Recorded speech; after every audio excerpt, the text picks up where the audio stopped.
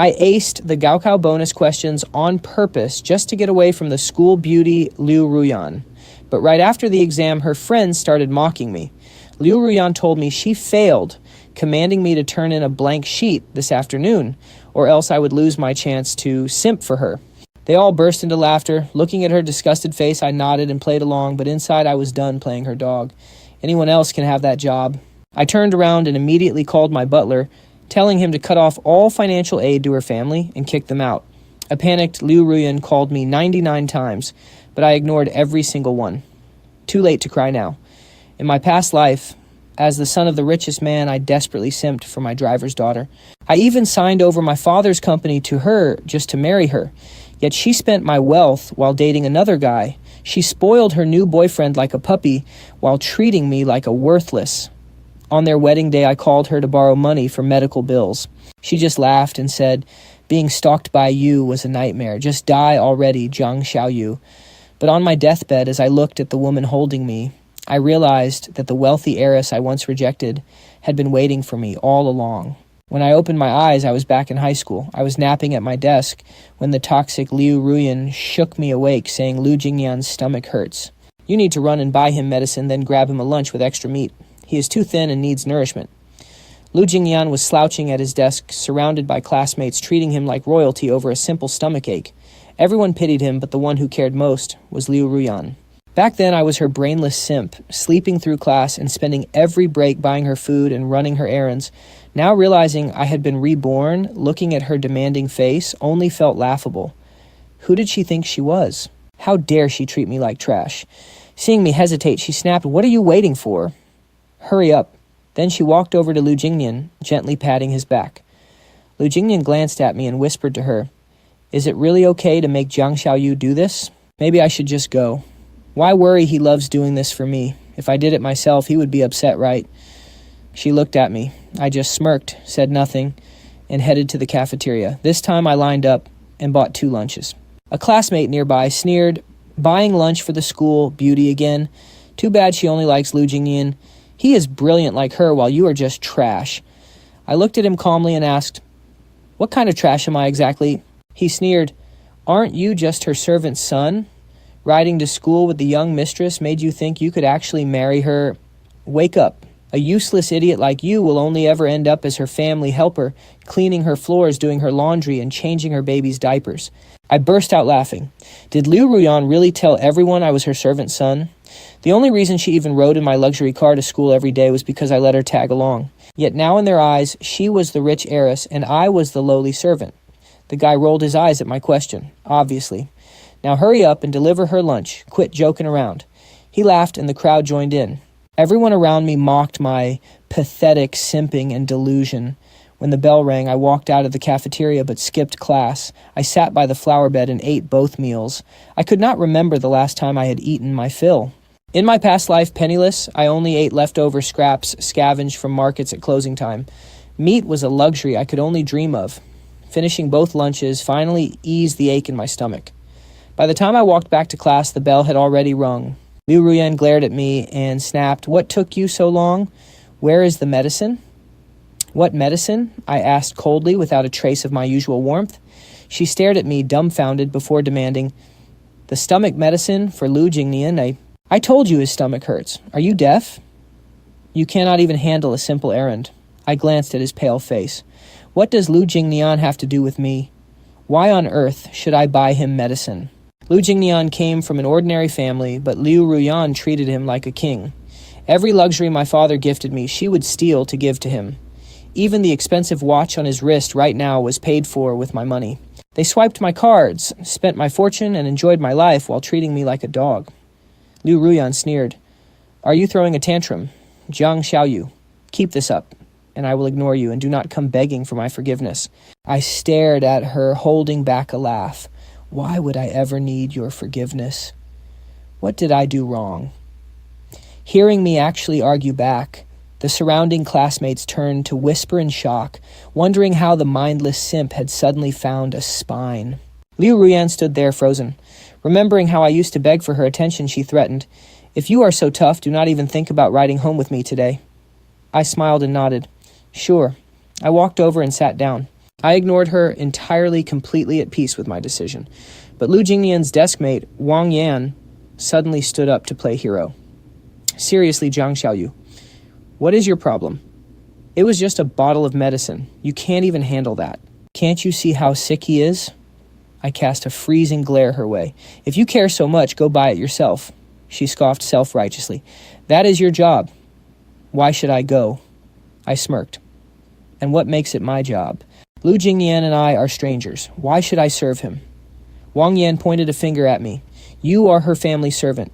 It is literally your duty. I turned to Liu Ruyan. My voice calm. Ruyan, did you tell everyone I was your servant?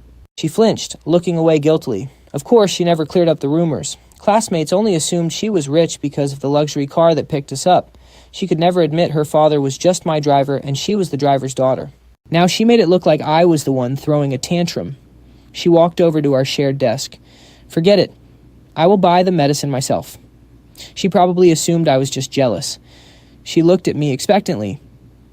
Did you at least bring back lunch? She had already heard I bought 2 portions of food. I shrugged calmly. I ate it. You ate both of them. Seeing her jaw drop in disbelief, I slowly nodded. The student sitting in front of us turned around, staring in pure disgust. Are you a pig? How could you eat 2 whole meals, they sneered. They were used to sucking up to her and treating me like garbage. In the past, I tolerated their insults because I wanted to please her. I used to be so pathetic. I used to hope they would say nice things about me. What a joke. Every single meal she ever treated them to was paid for with my money. I looked at them coldly. I bought it with my own money. I can eat 20 meals if I want. Their faces flushed with embarrassment. One mumbled, your own money. Please, we all know the school beauty's family pays you. But Liu Ruyan was already trembling with rage. She could not believe I had not brought her a single bite of food. The fact that she was going hungry made her completely lose her temper. She stood up, packing her bags. Jiang Xiaoyu, you asked for this. I hope you do not come crawling back begging in 2 days. She turned to Lu Jingnian's deskmate. Wang Yan swapped seats with me. You sit here. Whenever she was mad, she used this punishment, refusing to sit with me. I had practically begged her to sit together, pretending she was tutoring me, but looking back, she never helped me study. She had only ever used me as her personal servant. She expected me to panic and apologize, but I did not even look at her. Left with no lunch and watching Lu Jingnian suffer, her anger only grew. She glared at me from across the room. She sat by the aisle, stewing in silence and plotting how she would make me pay when I eventually begged for her forgiveness. After school, the family Maybach was waiting right outside the gates. I walked straight past the whispering crowd. The entire school was waiting to watch my downfall. Seeing me walk toward the luxury car, the gossip erupted.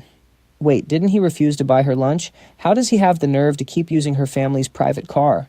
He is just a servant's son. Does he think he is the master? He gets in before she even arrives. The school beauty is way too nice. If I had an ungrateful servant like him, I would have fired him immediately. I ignored their ridiculous chatter and slid into the back seat. Let's go drive, I told the chauffeur. The driver looked back in surprise. But we have to wait. Young Mistress Liu hasn't come out yet. Usually, I would wait hours for her because of her student council meetings. He probably expected me to sit patiently like always. Seeing him ignore my direct order to speak up for her instead made me laugh out loud. Uncle Liu, my dad only has 1 son. Since when did my family have a young mistress? The driver sighed. Did you two have a fight? Do not worry, young master. I will lecture her when we get home. No need, just drive. I do not want to ride with her today or ever again. He hesitated, refusing to start the engine. He knew how hopelessly whipped I used to be.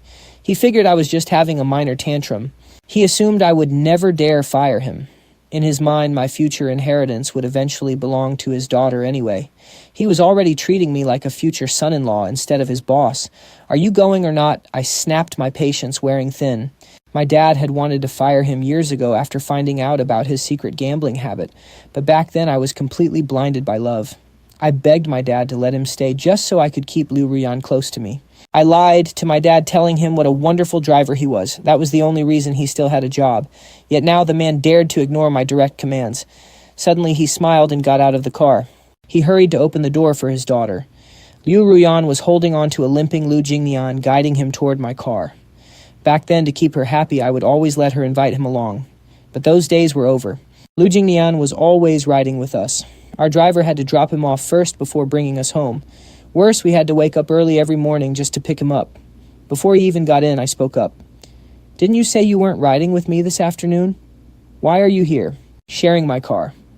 The crowd of classmates watching this couldn't help but start whispering, "What is wrong with Jiang Xiaoyu? Isn't this clearly the school beauty's car? Yeah, how can he not let her in?" Everyone was talking at once. Liu Ruyan looked at me, her expression completely stiff. She had no idea why I was acting so out of character, refusing to play along. "Do you have to do this?" she asked. "I decided to forgive you for earlier. If you keep making a scene, I don't need your forgiveness." I snapped, "Go home on your own." Don't ride with Liu Ruyan's face flushed with anger and embarrassment. She knew everyone believed she was a wealthy heiress. If she didn't get in my car, her cover would be blown. Suddenly, she reached out, dragged me right out of the vehicle, and let Lu Jingnian climb inside instead. "Ruyan, don't cross the line." I admit she actually managed to make me angry. I had forgotten so much of my past life. But seeing her true face now, I couldn't comprehend how I ever put up with her or thought she was amazing. She completely ignored me and had no intention of being reasonable. She ordered her dad, Uncle Lu, to drive, and he actually drove off, leaving me stranded on the curb. The crowd burst out laughing. "Serves him right," they mocked. "He deserved that for being so unreasonable." I pulled out my phone. It was a cheap, basic Nokia worth next to nothing. To please her back then, I had traded my brand new iPhone, a birthday gift from my dad, for this piece of junk. I actually thought I was protecting her fragile self-esteem. Now, looking at this trash phone, it just felt pathetic. Still, I dialed my dad. Within minutes, the Maybach that had just abandoned me pulled back up to the gate. Uncle Lu stepped out looking pale and miserable. "Young master," he stammered. By the look on his face, he had been chewed out by my father. "Kick those two out," I said coldly. "I have no intention of sharing a ride with them." Uncle Lu looked at his passengers, and Liu Ruyan had to help. Lu Jingnian stepped down. Lu Jingnian looked utterly humiliated, his face turning pale. "Jiang Xiaoyu, if you have a problem with me, fine.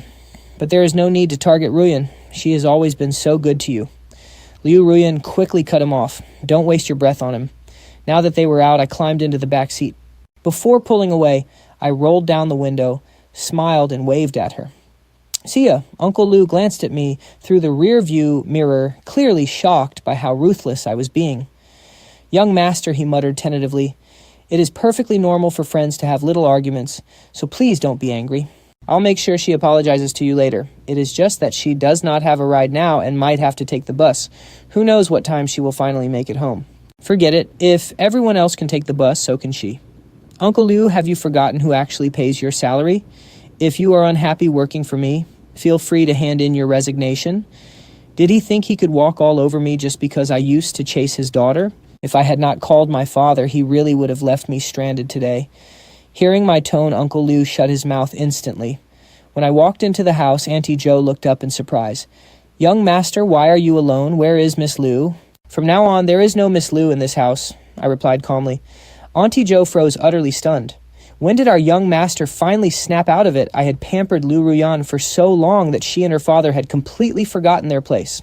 Auntie Jo had wanted to say this for a long time, but never dared to, fearing it would upset me. Hearing my words, she was visibly relieved. She looked at me warmly. She was always the kindest helper in our house, but I used to resent her for criticizing Ruyan. In my past life, after Liu Ruyan took control of our estate, Auntie Jo was the very first person she fired. Remembering all of that, my eyes welled with tears. "I am going upstairs, Auntie Jo," I said softly. She nodded. "All right. Oh, by the way, Miss Bai is here." "I was about to ask her to leave," Auntie Jo added. "Actually, Bai Ningbing used to visit often. But since my father arranged our match and I was obsessed with Liu Ruyan, I despised her. I used to refuse to see her, turning her away every single time. Consequently, we barely knew each other. But thinking back to my final days, it was her people who rushed me to the hospital, and she still remained loyal to our engagement."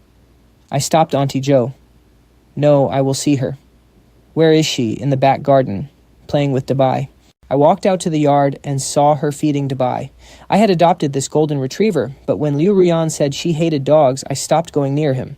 Amazingly, Bai Ningbing got along with him beautifully. She was wearing our school's plain blue uniform. It was a basic track jacket, but she made it look incredibly elegant.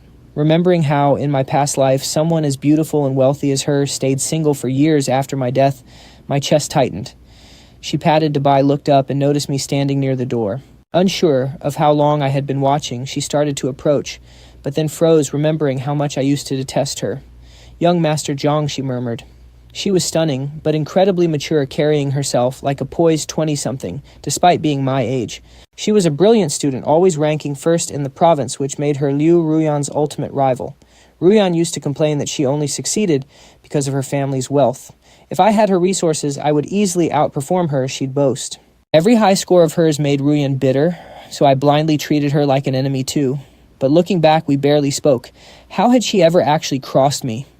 Seeing her standing there now, I fought back the overwhelming emotions swelling in my throat. "Do you need something?" I asked, keeping my voice steady. "I just wanted to check on you," she said. Sensing my silence, she added quickly, "I know you do not want me here. I will leave." She had never expected to actually see me anyway. She had only come to visit Dubai, so my willingness to talk to her was a massive surprise. Seeing her turn to go, I spoke up. "Would you like to stay for dinner?" She stopped staring at me in absolute shock. "Really? May I?" Bathed in the warm glow of the setting sun, I offered her a gentle smile. Of course. Usually Liu Ruyan would still be out, escorting Lu Jingnian home.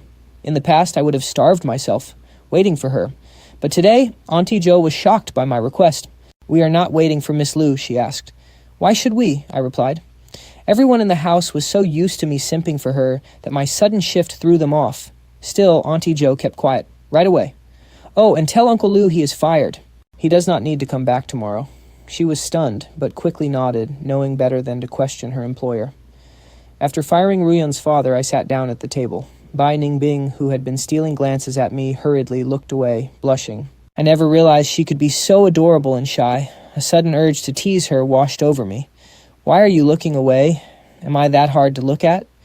My grades were awful, but I was actually quite handsome before Liu Ruyan ruined my life. She quickly looked back at me, stammering, "No, not at all." She tried to look composed, but her bright red ears gave her away. I chuckled softly. "By the way, I hear you are a straight A student." She seemed utterly flustered by my sudden friendliness. "I do all right," she replied modestly. "Do you have any reliable tutors you could recommend?" Relying on Ruyan is a joke. In this lifetime, I refused to repeat my past mistakes, lazily assuming my dad would protect me forever, while never opening a single textbook. While I still have time, I need to turn my grades around. She had access to the best academic resources. "You need a tutor?" she asked, surprised. "But doesn't Liu Ruyan teach you?" She knew Ruyan had been staying at my house under that exact pretext. "She is fired," I declared. "She always despised me and lacked the patience to teach me a single thing." All the money I gave her went straight down the drain. She looked completely stunned, but seeing that I was dead serious, she slowly raised her glass. She took a sip of water to hide her sudden nervousness. "Actually, I do not have tutors. I study on my own. But if you do not mind, I could come over and help you study every day." She clearly expected me to reject her offer. After all, my inviting her to stay for dinner was already a miracle. Instead of rejecting her, my face lit up with excitement. "Really," she nodded, looking utterly flattered. "If you are willing, I can—" "Of course, that would be amazing. I am just worried it might interfere with your own studies," I added. "It is fine," she replied softly. Her face remained calm, but her eyes were incredibly warm. She had already mastered the entire high school curriculum, but she did not want to sound boastful. "Then thank you so much," I smiled. "I am a terrible student, so please do not lose patience with me." Ruyan was smart too, but she had zero patience. If I did not understand a problem instantly, she would scream at me until my confidence shattered. Under her tutoring, my grades actually plummeted. "I would never do that," she promised. "I will come over right after school." As we ate, she remained quietly polite, so I picked up my chopsticks and placed some food onto her plate. "Make yourself at home. Do not be shy." Just then, Liu Ruyan walked in after dropping off Lu Jingnian. She had already received the news of her father being fired and was freshly chewed out by him. Seeing us eating without waiting for her, her face darkened instantly with rage. I spared her a cold glance and kept eating. She had clearly stormed in to demand answers about her father, but seeing Bai Ningbing sitting at my table, her jaw dropped in annoyance. "What is she doing here?" She snapped, completely forgetting her place. Previously, I would have thrown Ningbing out to keep Ruyan happy. Seeing us sharing a meal was a massive blow to her ego. "She is my honored guest," I said flatly. "Do you have an issue with that?" Ruyan sat down heavily, glaring at me. "Did you invite her over just to spite me?" she demanded. She despised Ningbing because as long as Ningbing competed, Ruyan could never touch first place. Ningbing remained quietly elegant. I looked at Ruyan and scoffed. You are completely delusional, Ruyan. You are not nearly as important as you think. I used to believe she was my entire world, but after a second chance at life, I felt nothing but utter disgust. Chasing her would only drag me back into the abyss. If you think that being with other girls will make me jealous, Jiang Xiaoyu, you are sorely mistaken, she sneered. Honestly, I would love nothing more than to see you with someone else, just so you will finally stop annoying me. She headed straight upstairs to her room. I was totally speechless. Once Liu Ruyan left, I noticed Bai Ningbing's gaze grow complicated. I quickly tried to explain, don't listen to her nonsense. She wouldn't get mad over something like this. But honestly, I was feeling pretty anxious inside. Surprisingly, Bai Ningbing didn't say a word. She just seemed cold and distant. After dinner, I walked her out and told her to get home safe. She barely said a word before leaving. She was just so quiet. Feeling a bit down, I headed back inside. Liu Ruyan came downstairs, having changed out of her uniform into a short-sleeved shirt. Honestly, even though she ended up doing so many terrible things, later on, she really did have a beautiful face. She looked so gentle and quiet. I used to be completely blinded by this exact act. Right now, Liu Ruyan confronted me, demanding, "Why did you fire my dad?" She had stayed quiet in front of the others because she desperately wanted to hide the fact that she was just our driver's daughter. Causing a scene in front of Bai Ningbing would have completely ruined her pride. Speechless, I shot back. Do I seriously need to explain myself to you for firing a driver? He is my father, she snapped. I made him do everything today. He has nothing to do with this. If you have the guts, come at me. Why don't you just fire me too? Hearing the word fire instantly energized me. I stared straight at her. Sure, no problem. What was that again? She stared back completely shocked. I continued. Didn't you always complain about how stupid I am? Fine, if that's the case, we are done. You can pack up and move out of my house. I'll hire a different tutor. Ever since you started teaching me, my grades have actually plummeted. You really don't deserve the ridiculously high salary I pay you. She thought I was just joking around, but she had no idea I was dead serious about firing her and letting her go. Your grades are terrible because you are too stupid to keep up, she sneered. I only have to explain a concept to Lu Jingnian once, and he gets it instantly.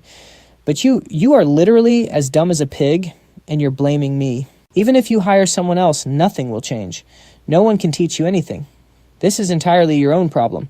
Seeing how she was still blaming me for her own failures, I simply replied, just pack your bags and get out. Jiang Xiaoyu knit her brows tightly. You are still a student. Your mind should be on your books. Instead, you spend all day obsessing over dating me. No wonder your grades are trash. What are you even trying to pull right now? She let out a cold scoff. These little tricks of yours, you're just jealous because Lu Jingnian and I are close, aren't you? You're throwing a fit because I refuse to date you, but right now I only care about my studies and getting into a top university. I'm not like you. Even if you fail out of school, your family has endless cash. That's why I can't be with you right now. I stared at the girl in front of me, utterly dumbfounded by her sheer delusion. It took me a few seconds to process this. Who said I wanted to be with you? Seriously, Liu Ruyan, where do you get this insane confidence? Do you honestly think I want you without my family's backing? You're nothing. She just scoffed, assuming I was acting tough. Whatever helps you sleep at night, believe whatever you want. But let me warn you, if you ever invite Bai Ningbing over for dinner again, don't expect me to talk to you. With that, she stomped back to her room and slammed the door shut. Wow, the sheer nerve. Did she actually think this was her own house? I headed back to my room and immediately called Zhou Shen. Zhou Shen tomorrow, pack up all of Liu Ruyan's things and throw them out. My home has no place for someone who tries to walk all over me. After that, I grabbed Bai Ningbing's number, saved it, and sent her a quick text. Did you make it home safely? But she didn't reply. The next morning, since I didn't have to pick up Lu Jingnian anymore, I slept in. I assumed Liu Ruyan would be long gone, but when I walked downstairs there, she was sitting at the dining table waiting. I sat down and dug into my breakfast. Honestly, rushing to pick up Lu Jingnian every day meant I never got to enjoy a proper morning meal. Seeing her sitting there waiting, I looked up at her smug face. Even now, she still looked so stubborn, as if she still saw me as an absolute fool. I finished my meal and headed out with her tailing me closely. A brand new driver opened the car door for me. I slid inside and she hopped in right after me. I looked at her and smirked. What's the meaning of this school beauty, Liu? Didn't you say you'd never ride with me again? I remember your words from yesterday very clearly. She bit her lip and stayed silent. If her dad hadn't begged her to make nice with me, she wouldn't have bothered. She hated how I acted just because my family had some cash. Using your wealth to bully people, what's so great about that, she probably thought. But her father desperately needed this job. I didn't feel like wasting any more time on her, so I told the driver to go. We reached the school gate, I got out, and she followed behind me. Usually, they always brought Lu Jingnian along with them. Today, he had to take the bus. Seeing her, he quickly ran over his eyes, locked onto me. He was completely baffled by my actions yesterday. How could a mere servant's son dare to be so incredibly arrogant to someone like Liu Ruyan?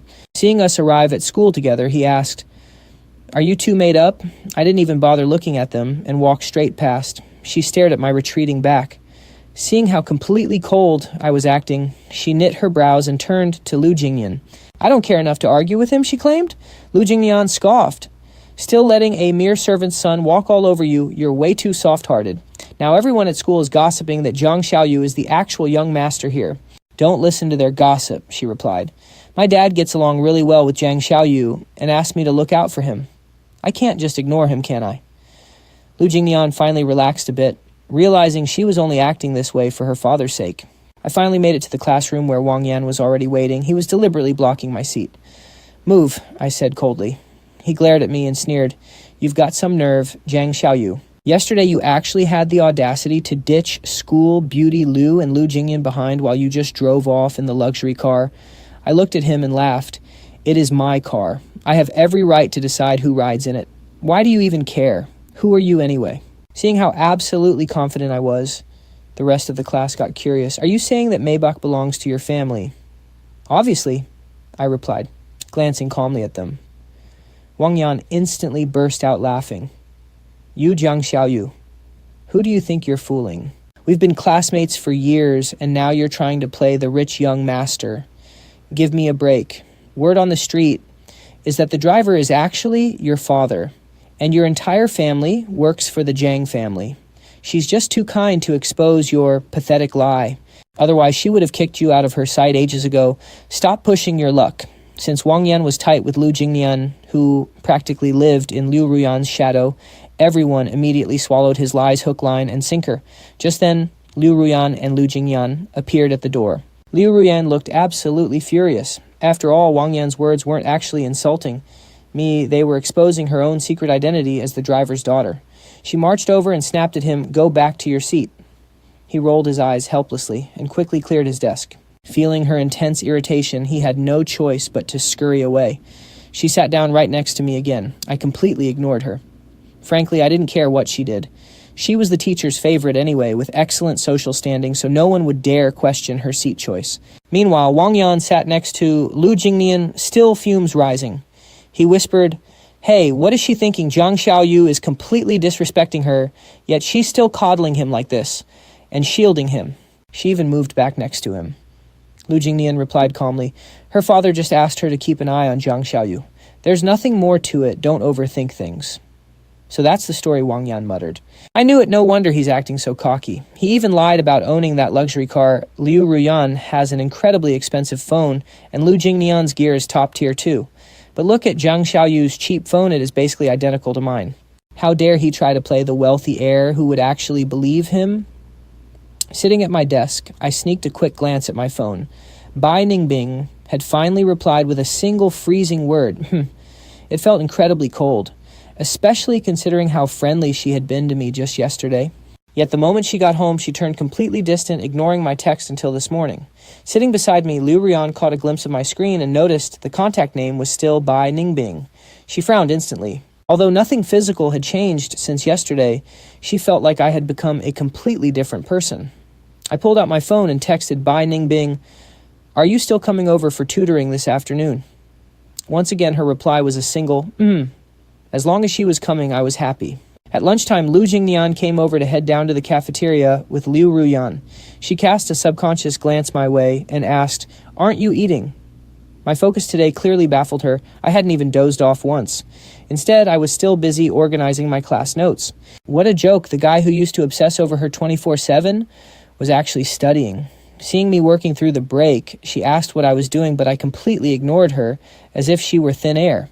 Lu Jingnian glanced at us and said, "If he's not going, let's just head down. We can bring him back something later." No thanks. I flatly rejected his offer. Lu Jingnian always played the nice guy, at least. That's how everyone saw him. Even when people mocked him behind his back, he remained incredibly positive and optimistic. But I had no intention of owing him any favors. I packed up my things, stood up, and left on my own. Walking beside her, Lu Jingnian muttered, "What is his deal lately? Why is he giving you the cold shoulder? Did you actually do something to offend him?" She was just as baffled. She couldn't wrap her head around it either. Usually, no matter how coldly she treated me, I would always crawl back like a loyal puppy. Yet since yesterday, my attitude had completely shifted. It was honestly driving her crazy. Lu Jingnian then asked, "By the way, should we invite him to your birthday party this weekend?" It was her birthday week. Last year, she celebrated at the Grand Hyatt. Back then, I paid for everything and planned the whole event so she could invite the entire class. It cost me hundreds of thousands of dollars, and everyone was blown away. Back then, I felt honored just to host it for her. I was supposed to do the same this year, and I had already pre-booked everything and settled the bills. If I hadn't fired her, she wouldn't be worried at all. But after my sudden warning yesterday and my icy attitude today, she couldn't help but panic. If I pulled the plug, how was she going to afford her party? I could see the anxiety in her eyes. As my silhouette faded into the distance, Liu Ruyan comforted herself. What was she worried about? He would definitely come. There was no way he would skip her birthday. Maybe this cold shoulder was just his way of setting up a surprise. That thought eased her mind. She turned to Lu Jingnian and said, "He will definitely come." Lu replied, "True, he never misses your birthday." That afternoon they had rehearsals for the school anniversary. I did not wait around for them. I went straight home where Bai Ningbing was already waiting. As soon as I walked in, he and Dabai came to greet me. Seeing him there made me smile. Maybe it is fate from a past life, but every meeting feels incredibly precious and rare. Seeing me smile, Bai Ningbing froze. He was used to my old, cold and spoiled self. My sudden warmth lately made him too shy to look me in the eye. I laughed and said, "You are so early. Let's head straight to the study." I led him upstairs. I told him, I ran into some tough concepts in class today and wanted his help. We sat down together. Once the seat next to mine belonged to Liu Ruyan. But she never actually helped me study. She just complained that I was wasting her time. Bai Ningbing sat beside me and pulled out 2 tests to gauge my current level. I focused, finished them, and then handed them over. He studied the papers in silence for a moment. Feeling a bit embarrassed, I apologized, saying I was really slow.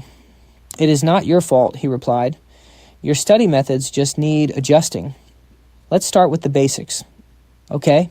I agreed. He kept his head down while teaching, never looking at me, completely focused. Yet his explanations were incredibly clear. Things I had struggled with for weeks suddenly made perfect sense the moment he broke them down. After talking for a while, he paused for a drink of water. Looking up, he caught me staring. He swallowed nervously and quickly looked back at the paper. "What is it?" he asked. "Is something wrong?" I replied, "I just think you are really patient with me." "But why are you so cold over text? You only ever send 2-word replies. Are you upset because of my history with Liu Ruyan?" He quickly denied it. "No, my family visited yesterday, so I was too busy to even reply. I did not see your texts until this morning. If you ever need anything, just call me directly." While we were studying, my phone suddenly rang. I picked it up, and on the other end was Liu Ruyan. "Jiang Xiaoyu, what is the meaning of this?" she demanded. "What did I do now?" Her accusatory tone baffled me. I had no idea what was wrong. She snapped, "You actually had them throw all my stuff out." I glanced at Bai Ningbing. Making no effort to hide it, I told her directly, "I told you yesterday that you are fired. You have no reason to stay at my place anymore, do you? Now stop bothering me. I am studying." I hung up on her. Outside, she stood staring at her luggage piled on the street, unable to believe I would actually do this. I turned to Bai Ningbing and said, "Let's get back to it." He nodded in response. A moment later, the study door burst open. Liu Ruyan stood there, her face dark with rage. Her eyes flared with cold resentment as she glared at us. I stood up and asked, "What are you doing here? Didn't you despise me? Weren't you too good for me? Now you are the one clinging." She marched up, demanding, "Jiang Xiaoyu, do you find it amusing to humiliate me like this?" Bai Ningbing stood up too, stepping in front of me to protect me. "Humiliate you," I countered her rage. "Are you out of your mind? How did I humiliate you? The one who was humiliated all this time was me. I paid for your entire life. Yet you and Lu Jingnian were glued together every day. I followed you around like a servant catering to your needs, only to get the cold shoulder. Was that not humiliation? Now that I am taking back what is mine, she thinks she is the victim? She bit her lip and glared at me. Do not think you can use someone else to make me jealous. I will never like you, and we will never be together. I am telling you this once and for all. With that, she turned and slammed the door. I flung the window open and watched her march downstairs, grab her bags, and storm off. She left quite decisively. She had always been so proud around me. Despite being poor, she had a stubborn pride. She never bowed to money no matter what I did for her or a warberfer. I used to admire that, but looking back it was just pathetic. Bai Ningbing called my name, snapping me out of my thoughts. I turned around and saw he was still waiting. Sorry, let's keep going. He looked at me hesitantly. Maybe I should leave. You do not seem to be in a good mood. No, I am actually great, I said. I just remembered some foolish things from my past. I was not mourning her at all. In fact, seeing her storm off made me happy. It meant I was finally free. By staying away from her, I would not get sick or suffer that tragic fate again. Bai Ningbing stood up and said I should go. He turned to leave, but I stepped forward and grabbed his hand. He froze, turning to look at me in confusion. What is it? He asked.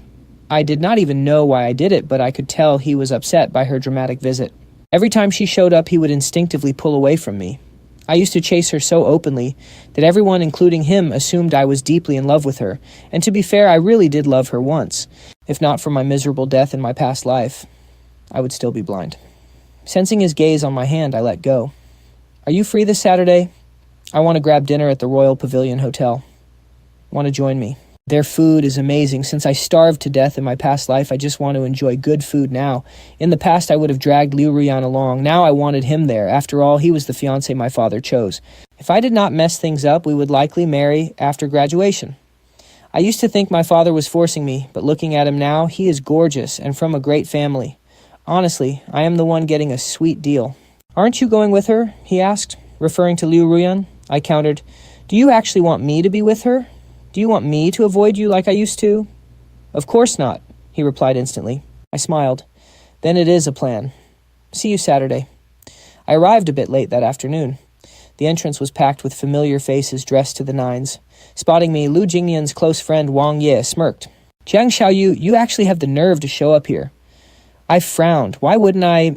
The owner of this hotel is a close friend of my father, and I am a super VIP. I can come whenever I want. Why shouldn't I be here? He sneered. The school beauty has been ignoring you for days, yet you still have the nerve to crash her birthday party? Her birthday right today was indeed her birthday. I had been so buried in schoolwork that I completely forgot. If they had not mentioned it, it would not have crossed my mind. I had previously arranged a massive lavish party here for her 18th birthday to make her shine. But that was also the day I discovered she was dating Lu Jingnian. When I confronted her, she looked at me with self-righteous defiance and said, "We love each other, Jiang Xiaoyu. Why can't we be together?" Stop trying to run my life. I was so angry that I ignored her, starting a 2-day silent treatment. Yet I was still the one who caved and apologized first. After that birthday, they became even more blatant about dating right in front of my face. Desperate, I begged her to be with me, even committing the ultimate stupidity of handing over the company my father left me. Looking at the crowd now, I felt nothing but disgust. I had booked everything for her, meaning the bill was under my name. Now that I have moved on, she still had the nerve to bring her friends here to spend my money. I was genuinely curious to see how she would pay. Ignoring the sneers, I walked to the elevator. My table with Bai Ningbing was reserved, though I did not know if he had arrived yet. Stepping out, I spotted Liu Ruyan and Lu Jingnian chatting happily. Her eyes locked onto me instantly, and she smirked. I knew you would show up, she said, walking over with a smug grin. Didn't you claim you wouldn't come? Just because you crawled back doesn't mean I forgive you for your recent behavior, Jiang Xiaoyu. I am still angry. She always used her anger to manipulate me. I looked at her, a cold smile touching my lips. Can I help you? She frowned. Aren't you here for my birthday? Why would I celebrate your birthday? You didn't even invite me. You have plenty of classmates here. You do not need me. She glared at me, annoyed that I was still acting tough and ruining her mood on her birthday. Right then, the restaurant manager rushed over to greet me. Young Master Jiang, is Master Bai here yet? I asked. The manager nodded. Yes, he is already waiting. This way, please. Thank you. As he started leading me to Bai Ningbing, Liu Ruyan followed us closely. Jiang Xiaoyu dropped the act. Why are you looking for him? Just because he has a soft temper. I glanced back. I am not acting. You wanted me to stop bothering you. Now that I have backed off, what is your issue? Go back to your boyfriend. I gestured toward Lu Jingnian, who was hesitating behind her. He had never seen her chase after me like this. Of course, I knew her angle. She did not care about losing me. She only cared about losing access to my wallet. She used to look down on me while happily spending my money, acting too proud to accept my gifts but taking them anyway. Now that I have cut her off, she is finally starting to panic. After preparing so long for this birthday party, she could not stand to see it end in disaster. Liu Ruyan actually swallowed her pride and said, "If you are doing this because of my relationship with Lu Jingnian, I can stay away from him. Just please stop making a scene." For the first time ever, she actually chose to compromise. It just showed how desperately she wanted to save this party. But it made sense. If she didn't care about her reputation, she wouldn't have faked being a rich girl at school or invited so many people to celebrate. She was terrified of being humiliated. Having always seen her so cold, aloof, and noble, seeing her compromise like this for a mere birthday party was actually pretty entertaining. I nodded and replied, "Right, I know it's your birthday today and I wouldn't want to ruin the mood for all your guests, would I?" With that, I turned to look at the manager. "Cat, I booked the Emerald Suite here earlier under Liu Ruyan's name." The manager quickly checked his records and said, "Yes, young Master Jiang. Since today is Miss Lu's birthday, we will let her group use the room." I nodded and turned my gaze back to Liu Ruyan. "Is this good enough?" She let out a visible sigh of relief when she saw me relent. But then she stared at me and snapped, "I knew it. You did all this just to force me and Lu Jingnian apart. You just can't stand seeing us happy together." "You are flattering yourself," I replied. "I couldn't care less who you date. Over time, you will realize that without me, Jiang Xiaoyu, you are absolutely nothing." The manager stood there in silence while my words completely stripped away her pride. "I am not wasting my breath on you," she snapped, turning on her heel and leaving. As she stormed off, the manager glanced at me. "Should I have my staff prepare the Emerald Suite?" Then I nodded. "Yes, but make sure she pays for everything before they leave. Nobody walks out of here until that bill is fully settled." "Understood, young Master Jiang." Once everything was arranged, I finally went to find Bai Ningbing. Meanwhile, Liu Ruyan headed back to Lu Jingnian. Seeing her furious expression, he asked, "How did it go?" "What were you guys talking about?" She replied coldly, "Nothing special." She looked at the gentle, caring guy in front of her, trying to convince herself that I was just being delusional about her breaking up with him. Once this birthday party ended, she vowed she would never have anything to do with me again. Little did she know I was already done. Meanwhile, Bai Ningbing wasn't wearing her school uniform today. She wore a simple dress, yet she looked incredibly elegant in it. When I walked into the private room, she was focused on reading the menu. Hearing my footsteps, she raised her head and met my eyes. I smiled warmly. "Have you been waiting long?" "No, I just got here too," she replied, her eyes resting on me. I was wearing a simple t-shirt today, which made me look bright and fit, though I was still a bit too thin. I sat down naturally right next to her. She clearly didn't expect me to get so close and seemed a bit stiff. There were plenty of empty seats, but I didn't notice her tension and asked, "Have you ordered yet?" "Not yet, I'm still looking." "Let me see." I leaned in close, looking at the menu right in her hands. She couldn't focus on the food anymore, her attention entirely on me, wondering what shampoo I used that smelled so incredibly fresh and clean. Personally, I wanted something with bold, spicy flavors. It was my way of reminding myself that I was actually alive. The agonizing days from my past life, starving, freezing, and racked with diseases, still haunted me. Even though I had been reborn, I still had nightmares about being back in that living hell. The heat from the spices got to me, so I fanned my mouth and took a quick sip of watermelon juice. Bai Ningbing looked up at me. "Do you like spicy food?" "I do," I said, looking at her. "What about you?" "Me too," she replied softly, picking up her chopsticks to join me. We were enjoying our meal in the private room with a waiter standing by when the owner of the hotel walked in. His name was Uncle Joe. I greeted him politely. "Hello, Uncle Joe." He smiled warmly at me. "Ah, Jiang Xiaoyu, you're here too." Hearing his tone, I immediately realized that he hadn't come to see me. Sure enough, he walked straight over to Bai Ningbing. "Miss Bai, welcome to our hotel," he said, with deep respect. "Please let me know if there is anything we can do to make your dining experience better."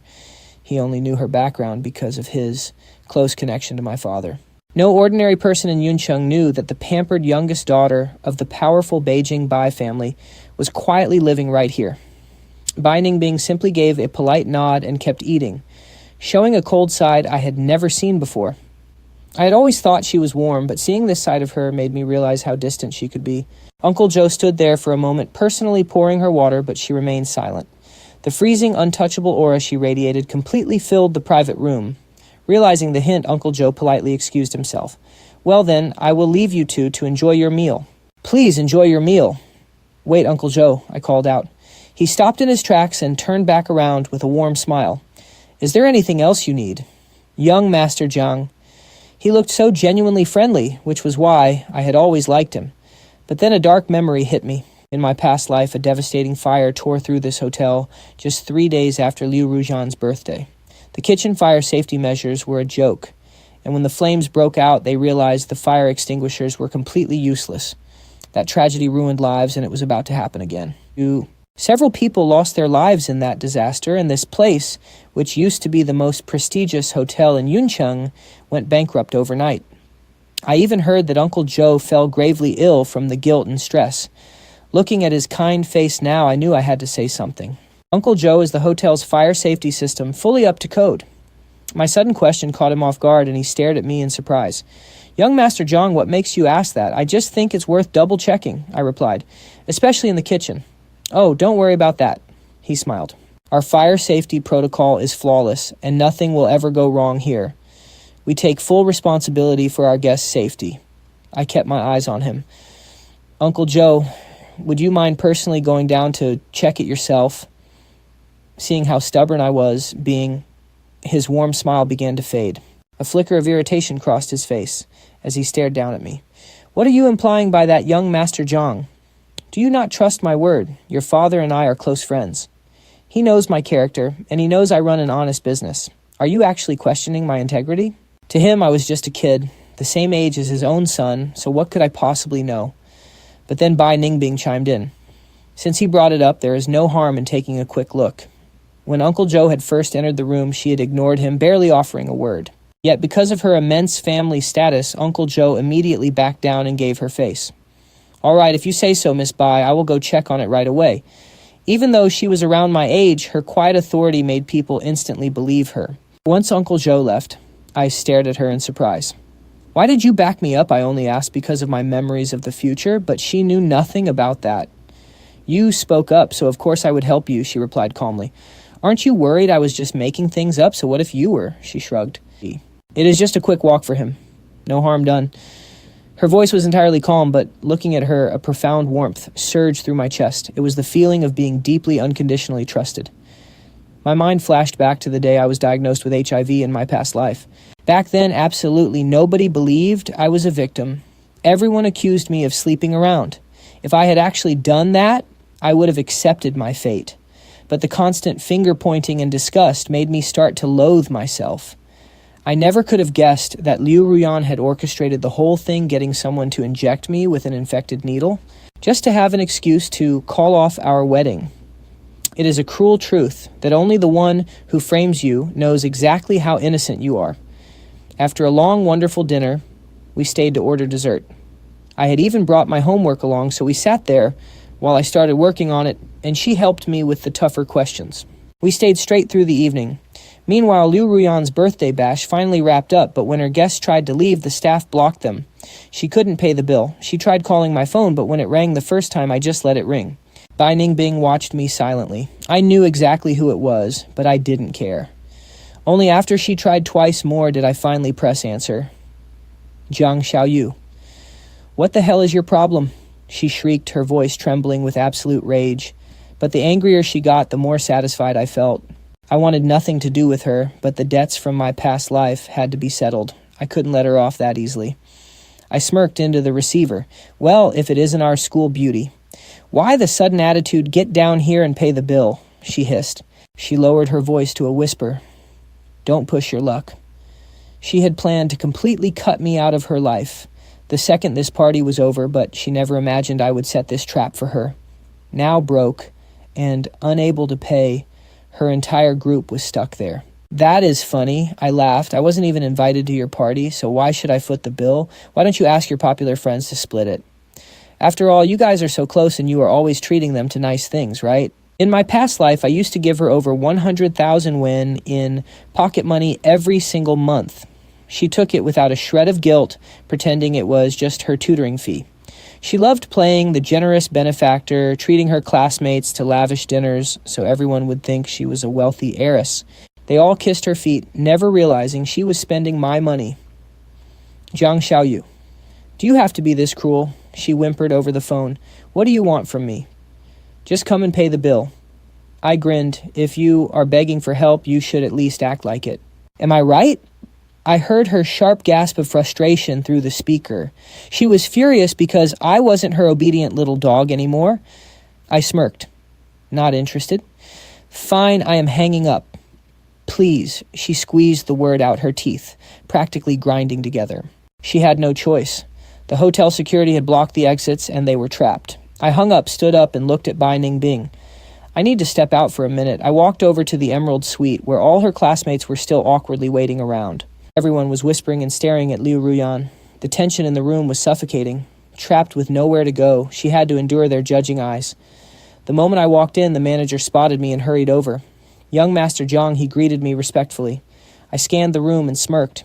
They had all dressed up so elegantly, and earlier today, they looked down their noses at me. Now all that arrogance was completely gone. After all, nothing ruins a rich girl fantasy faster than being held hostage over an unpaid bill. I smiled warmly. What is with the long faces, everyone? Isn't this our school beauty's big birthday bash? You don't look like you're having much fun. I stared directly at Liu Ruyan, whose face was darker than a storm cloud. Lu Jingnian stood awkwardly beside her, completely clueless. The manager stepped in to explain, Young Master Jiang Miss Liu has not paid the bill, so I am simply holding them until it is settled. I gave a relaxed shrug. Ah, is that all? There's no need to make a scene over something so minor. They are my classmates after all. Put the entire tab on my card. I handed over my black card, and the manager took it immediately. The crowd stared at me, their whispers turning into utter confusion. Why was the birthday girl begging me to pay her bill? Couldn't she afford her own party? Liu Ruyan's face flushed deep crimson under their stares. She glared at me, finally realizing why I had agreed to show up so easily. Everyone's stares turned tense. It was Ruyan's birthday, yet she wanted me to pay. What was she thinking? Couldn't she pay for her own party? Her face burned with embarrassment as she stared at me. No wonder I came so easily. My entire goal was to humiliate her, showing everyone she was broke and relying on my handouts. I could have paid quietly, but instead, I made a huge scene swiping the card in front of everyone. She probably thought I was insane. Soon the manager finished swiping. Handing me the card and bill, he said, Young Master Jiang, all done. Here is the bill. I glanced at it and read the total out loud. 860,000. Happy birthday, Ruyan. This year I'll cover your bill, but this is the last time. I glanced over at Lu Jingnian. Standing right beside me, his face had gone completely pale. Everyone was stunned. Did Rujan's money really come from me, Jiang Xiaoyu? Isn't she supposed to be a rich heiress? This was a massive reality check for everyone. Wang Yan stepped forward, glaring at me. Jiang Xiaoyu, are you joking? Ruyan's money was just kept with you. That doesn't make it yours. You're just her servant's kid keeping an eye on it for her. What are you so smug about?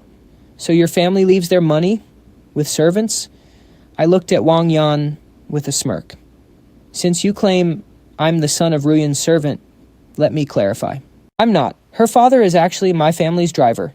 He dumped me at the school gate to drive off with Ruyan and Lu Jingnian, and he's already been fired. If you don't believe me, ask Ruyan yourself. I turned to her. Right school beauty. She glared back, eyes burning with resentment. She had never faced such humiliation in her life. Now she was a laughingstock, but she couldn't say a word. If she pushed me, I might just refund the money and leave her stranded. Ignoring me, she turned and stormed out. Lu Jingnian witnessed everything and quickly followed her. The situation was humiliating, but he had no choice. He never expected her to be a driver's daughter. Why did she pretend to be a rich heiress? After they left, I glanced at the remaining guests. Nothing else to see here. You can all head home. Be careful on your way back. It's late. One by one, they filed out of the room. I watched them leave before walking out myself. The manager escorted me to the elevator lobby. Just then, Bai Ningbing walked up, and we stepped inside together. I remained silent. Even though I had just cleared my name in front of everyone, I didn't feel any real joy. Compared to the agony I had suffered over the years, this tiny punishment for Ruyan barely scratched the surface of my hatred. Seeing my silence, Ningbing didn't bother me. We reached the lobby and found Master Zhou waiting. Spotting me, he immediately walked over. This time his focus was entirely on me, not Ningbing. I politely greeted him, and he grabbed my hand. Xiaoyu, thank you so much. If not for you, our hotel would have been in major trouble. I inspected everything and found so many fire hazards. My cousin was completely incompetent, so I fired him. I smiled, relieved. Then he looked at me curiously. How did you know we had fire safety issues? The question caught me off guard. I had to quickly make up an excuse. I had a dream about it last night. Joe laughed, shaking his head. All right, I won't pry. By the way, I had my assistant prepare some gifts for you both. He handed us 2 small gift bags. Thank you. If you ever need a favor, just let me know. He was clearly deeply grateful for my help. Master Joe saw us out, and the Bai family car was waiting. Staring out the window, I watched the heavy city traffic. Normally, Ningbing and I talked nonstop, but this time the silence between us was heavy and quiet. Ningbing didn't disturb me. She was probably wondering how I predicted the hotel's fire hazards. I shouldn't know their business better than the owner. She also knew today was Ruyan's birthday, yet I chose to spend it with her instead. Instead, I stayed by her side. Not only that, but I also humiliated Ruyan completely. Did I really want to cut ties with her? Then why did I look so gloomy? Honestly, I only let myself feel sad for a moment. I knew I was reborn and everything could be fixed. As long as I didn't repeat my past life's mistakes, I had plenty of time. Exhaustion quickly washed over me. Staying focused at school every day was starting to take its toll. I felt incredibly drowsy. Before long, I leaned over and fell asleep on Ningbing's shoulder. She froze instantly, not daring to move. By the time we arrived home, her arm was completely sore, but she didn't want to wake me. I wished we could stay like this forever. Miss, we're here. Bai Ningbing glanced outside, then her eyes settled on my pale face, hesitating to wake me up. The driver had already stepped out to wait, yet she still hadn't called me. I felt the car go still. The car stopped. Waking up, I glanced out the window, realizing I was finally home. That's when I looked up at Bai Ningbing. He sat there silently, not even daring to look at me. I gently rubbed my sore neck, I sat up, realizing we had arrived. Bai Ningbing nodded. Then why didn't you wake me? I asked. You were sleeping so soundly, he replied. He spoke with his usual blank face, but looking closely I noticed his ears flushing red. I remembered he was always incredibly innocent, but this was on another level. Hearing me call his name, Bai Ningbing looked over. I asked if he was scared of me. No, he replied. Then why won't you look at me? When we're together, you seem so feigning annoyance. Bai Ningbing cleared his throat. I'm just not used to people being this close. You're the first. I couldn't help but laugh. Then why didn't you tell me to back off? Hearing my words as if to prove himself, Bai Ningbing. You didn't let me dodge the question asking why Liu Ruyan and I split. Didn't I love her? I froze. Staring at the empty street, I realized I simply didn't love her anymore. It's nothing. I'm going home. I just got out of the car when the heavy front gate slowly opened.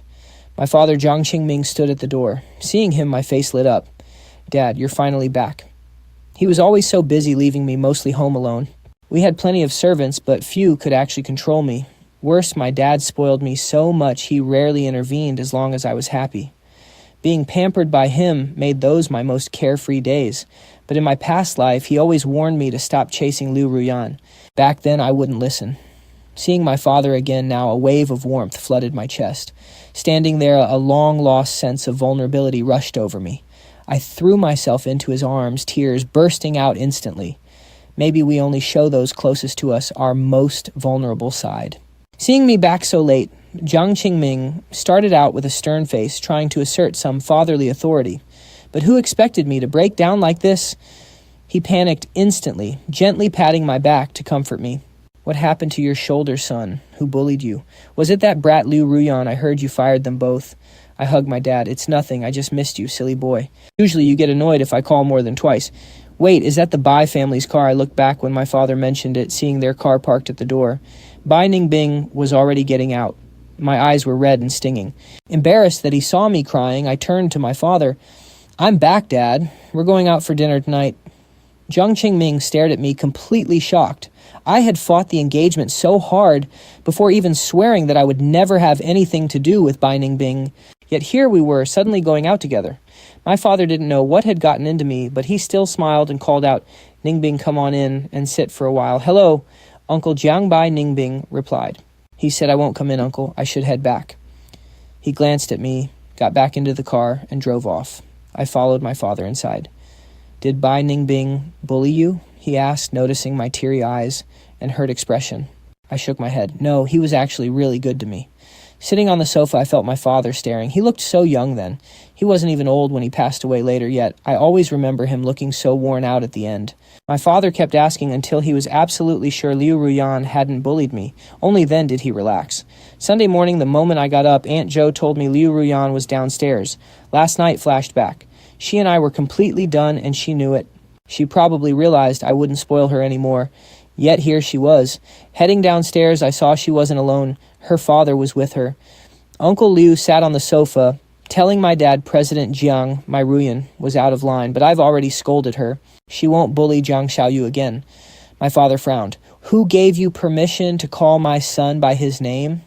He despised the Liu family, tolerating them only because he feared I would cut ties with him. Realizing his slip of the tongue, Uncle Liu quickly apologized.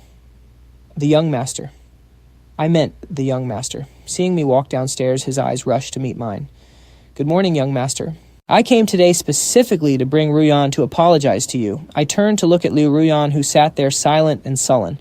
An apology I highly doubted she was here for that. Her face screamed reluctance, and she clearly still held a grudge over last night. How could she apologize, Uncle Liu? What do you mean? I replied. She hasn't offended me, but I heard you fired her, he said, looking more devastated than when he was once laid off. It makes sense he is anxious. His monthly salary is tiny despite working dawn to dusk, but Liu Ruyan is different. He gets paid fortunes just for tutoring. Meihe might even inherit the entire Jiang family estate one day. Since we have had a huge fallout, how could Uncle Liu ever agree to my decision? Besides, during his tutoring, my grades only plummeted year after year. Even Liu Ruyan felt he was not cut out for the job, claiming I was too stupid to learn. So I simply granted his wish and fired him. Honestly, there is no bad blood between us. He never did anything unpleasant. As for an apology, that is completely unnecessary. Jiang Qingming glanced sideways at me, clearly surprised by how calm I looked. After all, I used to insist on being with Liu Ruyan, forcing him to tutor me, leaving everyone with no choice. My dad had to agree. Seeing me handle Liu Ruyan on my own left him surprised and touched. His boy was growing up. After he had the two of them escorted out, I grabbed a quick bite and walked out to find my driver waiting. I got into the car. As we pulled out of the estate, I saw Liu Ruyan and her father by the gate. Shedding his gentle act from earlier, Uncle Liu raised his hand and slapped her hard. I already knew everything about her family history.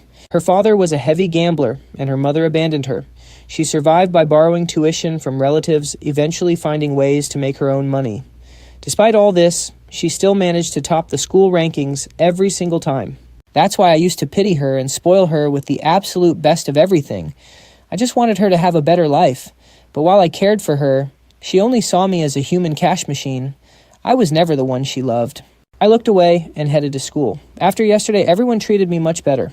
Classmates actually started chatting with me. One asked if my family was really that rich and if that meant all of Liu Ruyan's money had come from me.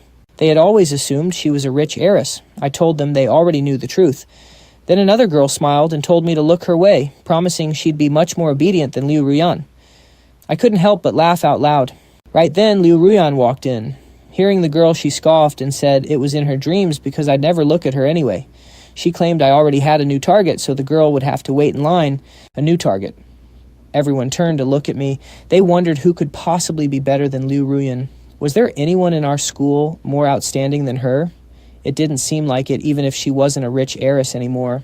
She still had top grades and stunning looks, so everyone saw huge potential in her. Ignoring the crowd, she glared at me and said I was only acting out because she refused to date me after I spent so long chasing her. She snapped that even if I threw a tantrum like this, she would never like me. She called me a spoiled heir with awful grades who expected everyone to revolve around him just because of a family fortune. She claimed I couldn't even compare to a single finger of Lu Jingnian. That reminded everyone of my terrible grades. To them, I wasn't just her former simp, I was a total idiot. Before I could even speak, she kept going. She brought up my birthday party, claiming I forced her to invite everyone just to embarrass them. She asked if I honestly believed that having a lot of money gave me the right to toy with people's self-esteem. Then she warned me to stop twisting the truth about supporting her, claiming all that cash was just her tutoring fee. She declared she would never take my money again, but I shouldn't expect her help either. With that, she drew a line between us, acting completely detached.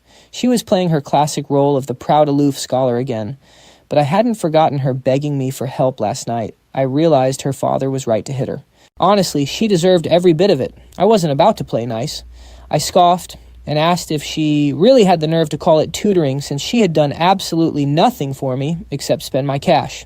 I pointed out that my terrible rock-bottom grades were the direct result of her lessons. She just stared at me blankly, claiming I was simply too stupid, and suggested I spend some of my fortune to buy a brain. The whole classroom burst out laughing. Seeing her smug face, I asked if she was sure the problem was my brain and not her terrible teaching. She smirked, knowing I had already asked Bai Ningbing to tutor me instead. She scoffed and proposed a quick bet. She wanted to see my results on the next monthly exam, challenging me to raise my school ranking by just 100 spots if I wanted to prove my point. If I did, she'd admit her teaching was bad. She was convinced Bai Ningbing couldn't save my hopeless brain anyway. I agreed immediately.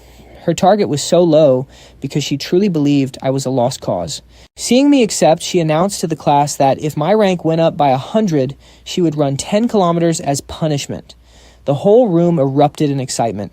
My classmate, Wang Yan, looked at me and suggested that if I lost, I should also run 10 kilometers. She mocked me, asking if I was too chicken to handle it and should just admit defeat right now. I looked at them and agreed. Moving up 100 ranks didn't sound that hard, especially since studying with Bai Ningbing made things so clear. I felt myself improving and wanted a goal to push my limits.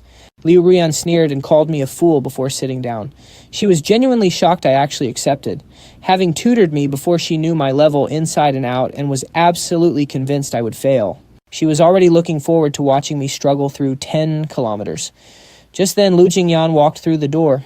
He had been standing there listening, and his mood suddenly brightened after a miserable sleepless night. He realized that a brilliant, hardworking, and beautiful girl like Liu Ruyan was 100 times better than a spoiled idiot like me. He knew she would succeed on her own merit, and being with her was a win. With that thought, he walked over to comfort her. He told her that even though her dad was just a driver, he earned an honest living. He praised her for always maintaining the top grades despite her tough background.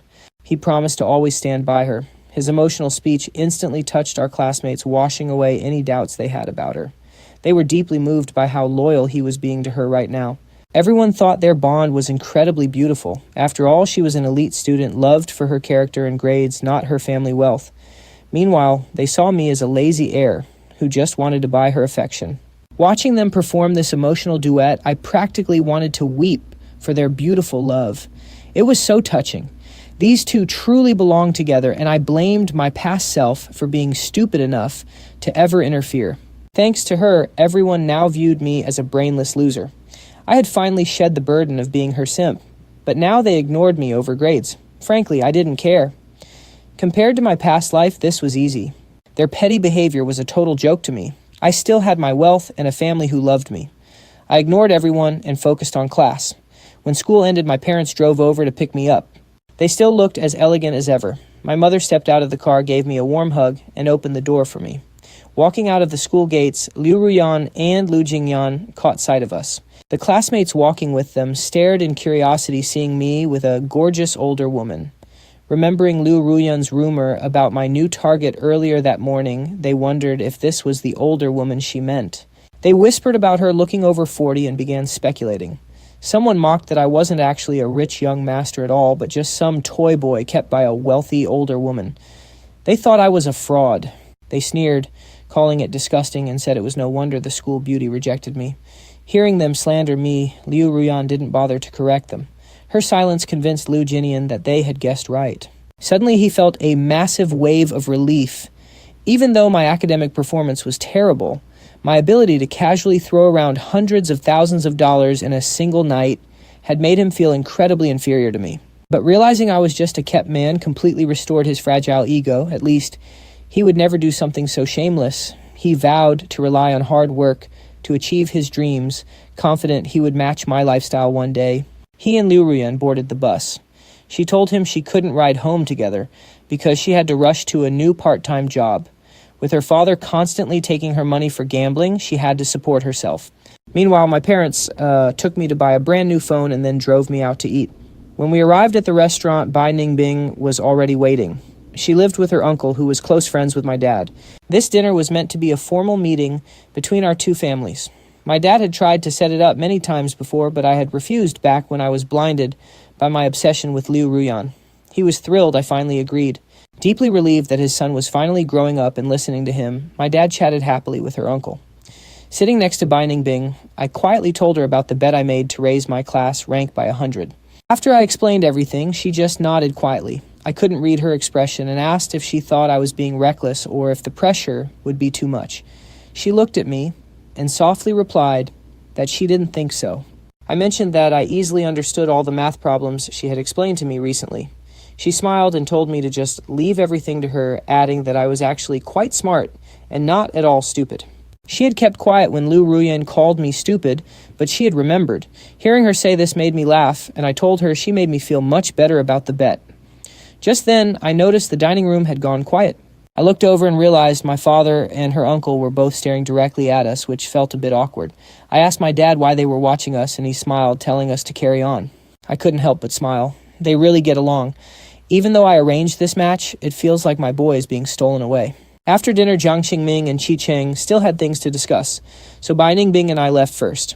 Instead of going home, we headed to a cafe. I bought some ice cream, sat beside her, and we kept studying, so my head was full of lessons. After all, a 10-kilometer run would absolutely kill me. Soon the waiter brought our order. I looked up and saw that the person in the uniform was none other than Liu Ruyan. I stared in shock. "What are you doing here?" She glared at me coldly. "I should ask you that.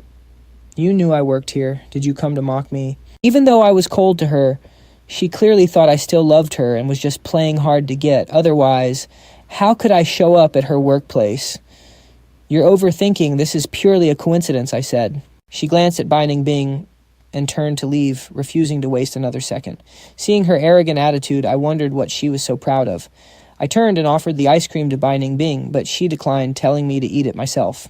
She grabbed my backpack and walked out with me. I had planned to stay longer, but running into Liu Ruyan totally ruined the mood. For the next 2 weeks, I studied tirelessly, and Bai Ningbing often came over to tutor me. My grades improved significantly, but whenever Liu Ruyan saw me working so hard, she couldn't help mocking me. "Jiang Xiaoyu, if you regret it, give up now, or don't cry when the results come out." "You're just being noisy," I muttered, frowning, as I put my headphones back in. When the monthly exams finally ended, I felt fantastic and rushed home even though the results weren't out yet. I felt I did great. Bai Ningbing was sitting in the yard, drinking tea with Bai, who was getting fatter. I hugged Bai and said, "You're here so early today, Ningbing." She looked up. "I'm always early." I was curious. "Don't you have school activities?" Liu Ruyan was a top student too, and she and Lu Jingnian always had so much to do, but Bai Ningbing seemed to prioritize me. "She was always here first. I have a lot of freedom," she said, "so I don't join school activities or the student council." She shook her head. "Sometimes I enter competitions, but usually I don't go." "Why?" "Because they're boring and the teachers think it discourages other students." But I said, "I thought I saw you in quite a few contests before, like the ones with Liu Ruyan." She said, "You always beat her, which is why she hates you." Bai Ningbing took a quiet sip of her water. She never missed any match with Liu Ruyan. Meanwhile, I was eager to see how I scored, so I checked my answers with her in the yard. Seeing I got most of them right put me in a great mood.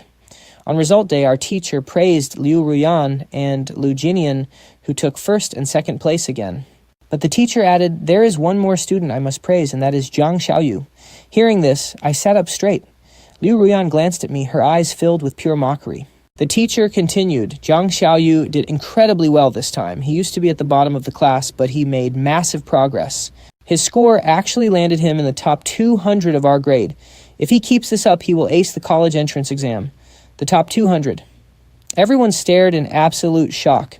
Even Liu Ruyan froze. She expected me to jump maybe 100 places, but not reach the top 200. I didn't expect such a massive leap either. Maybe because of my past life struggles, I no longer cared about slacking off and studied like crazy. I paid attention in class and reviewed with Bai Ningbing every night. She was an amazing teacher. Tough problems became simple when she explained them. Effort really pays off. Teacher, there must be a mistake. Jiang Xiaoyu's grades were so bad. How is this possible? I didn't make a mistake, the teacher replied calmly. He used to find my poor performance frustrating, but now he was genuinely pleased.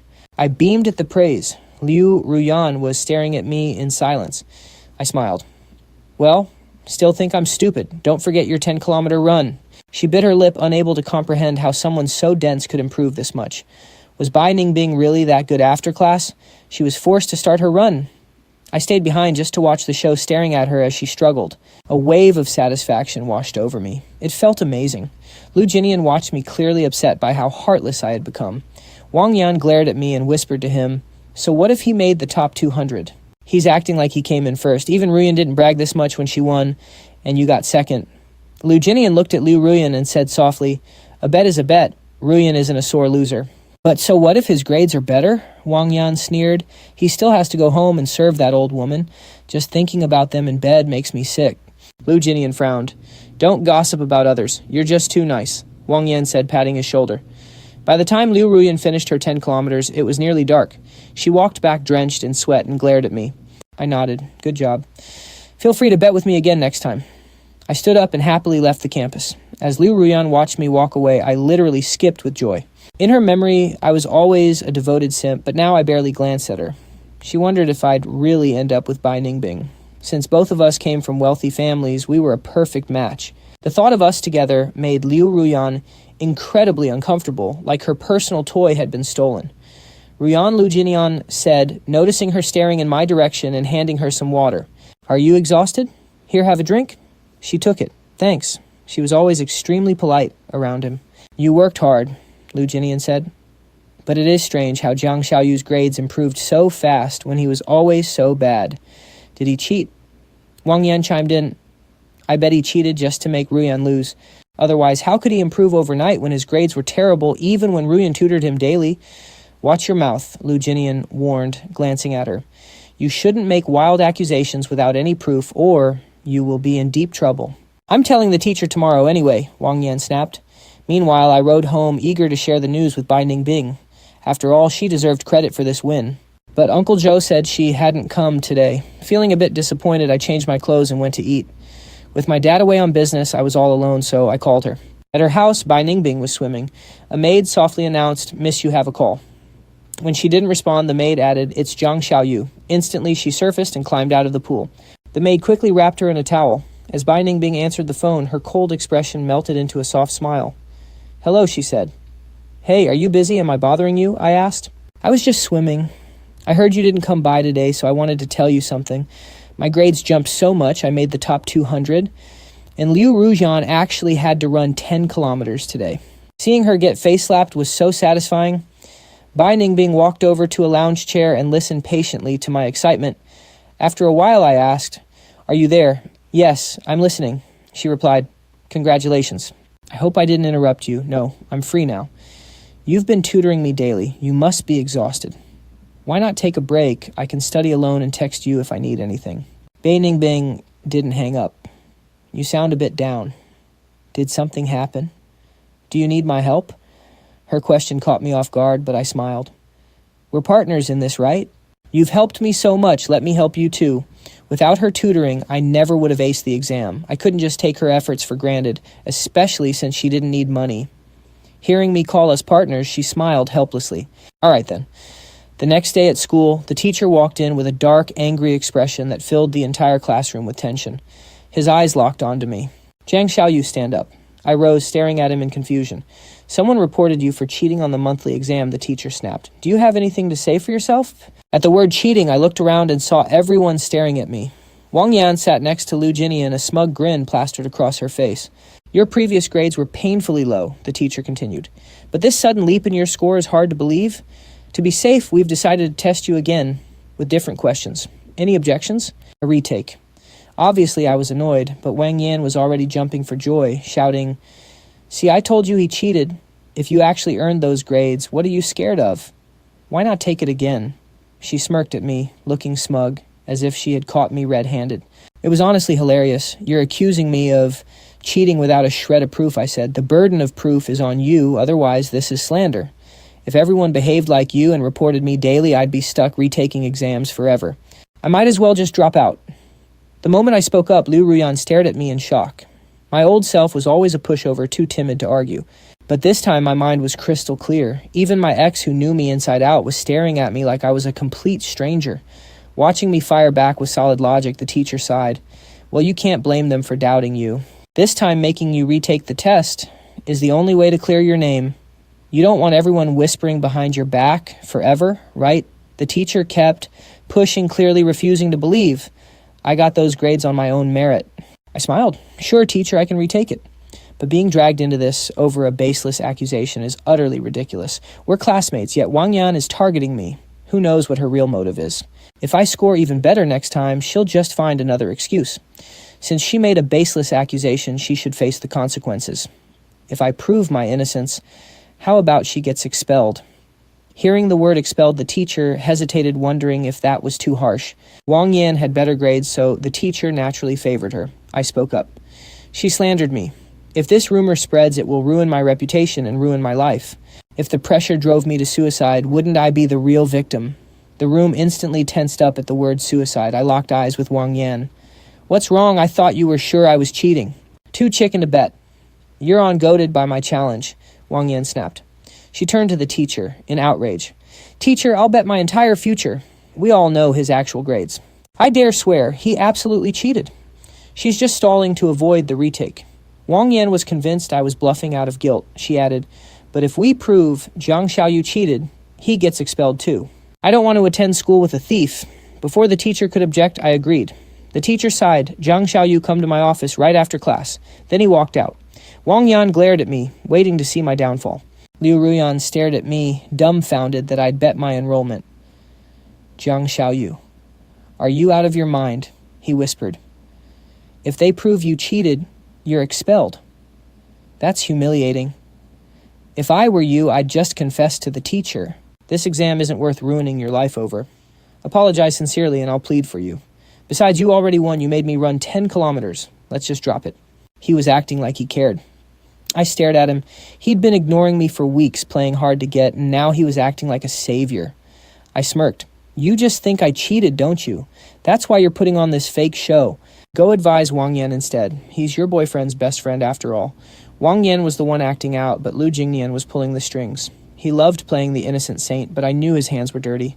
In my past life, I saw right through Lu Jingnian. Whenever Liu Ruyan and I hit a rough patch, he'd whisper poison, acting like a total green tea. Liu Ruyan's face darkened when he realized I wasn't buying his act. His expression froze. I'm trying to save you. Can't you see that? Save me.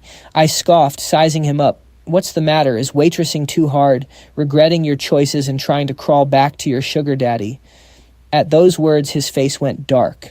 He stayed silent. Honestly, his part-time job was kicking his ass. Between classes and student council, he was exhausted every night. Worst of all, the pay was pathetic. I used to spoil him, and he was finally realizing how brutal it is to go from luxury to poverty.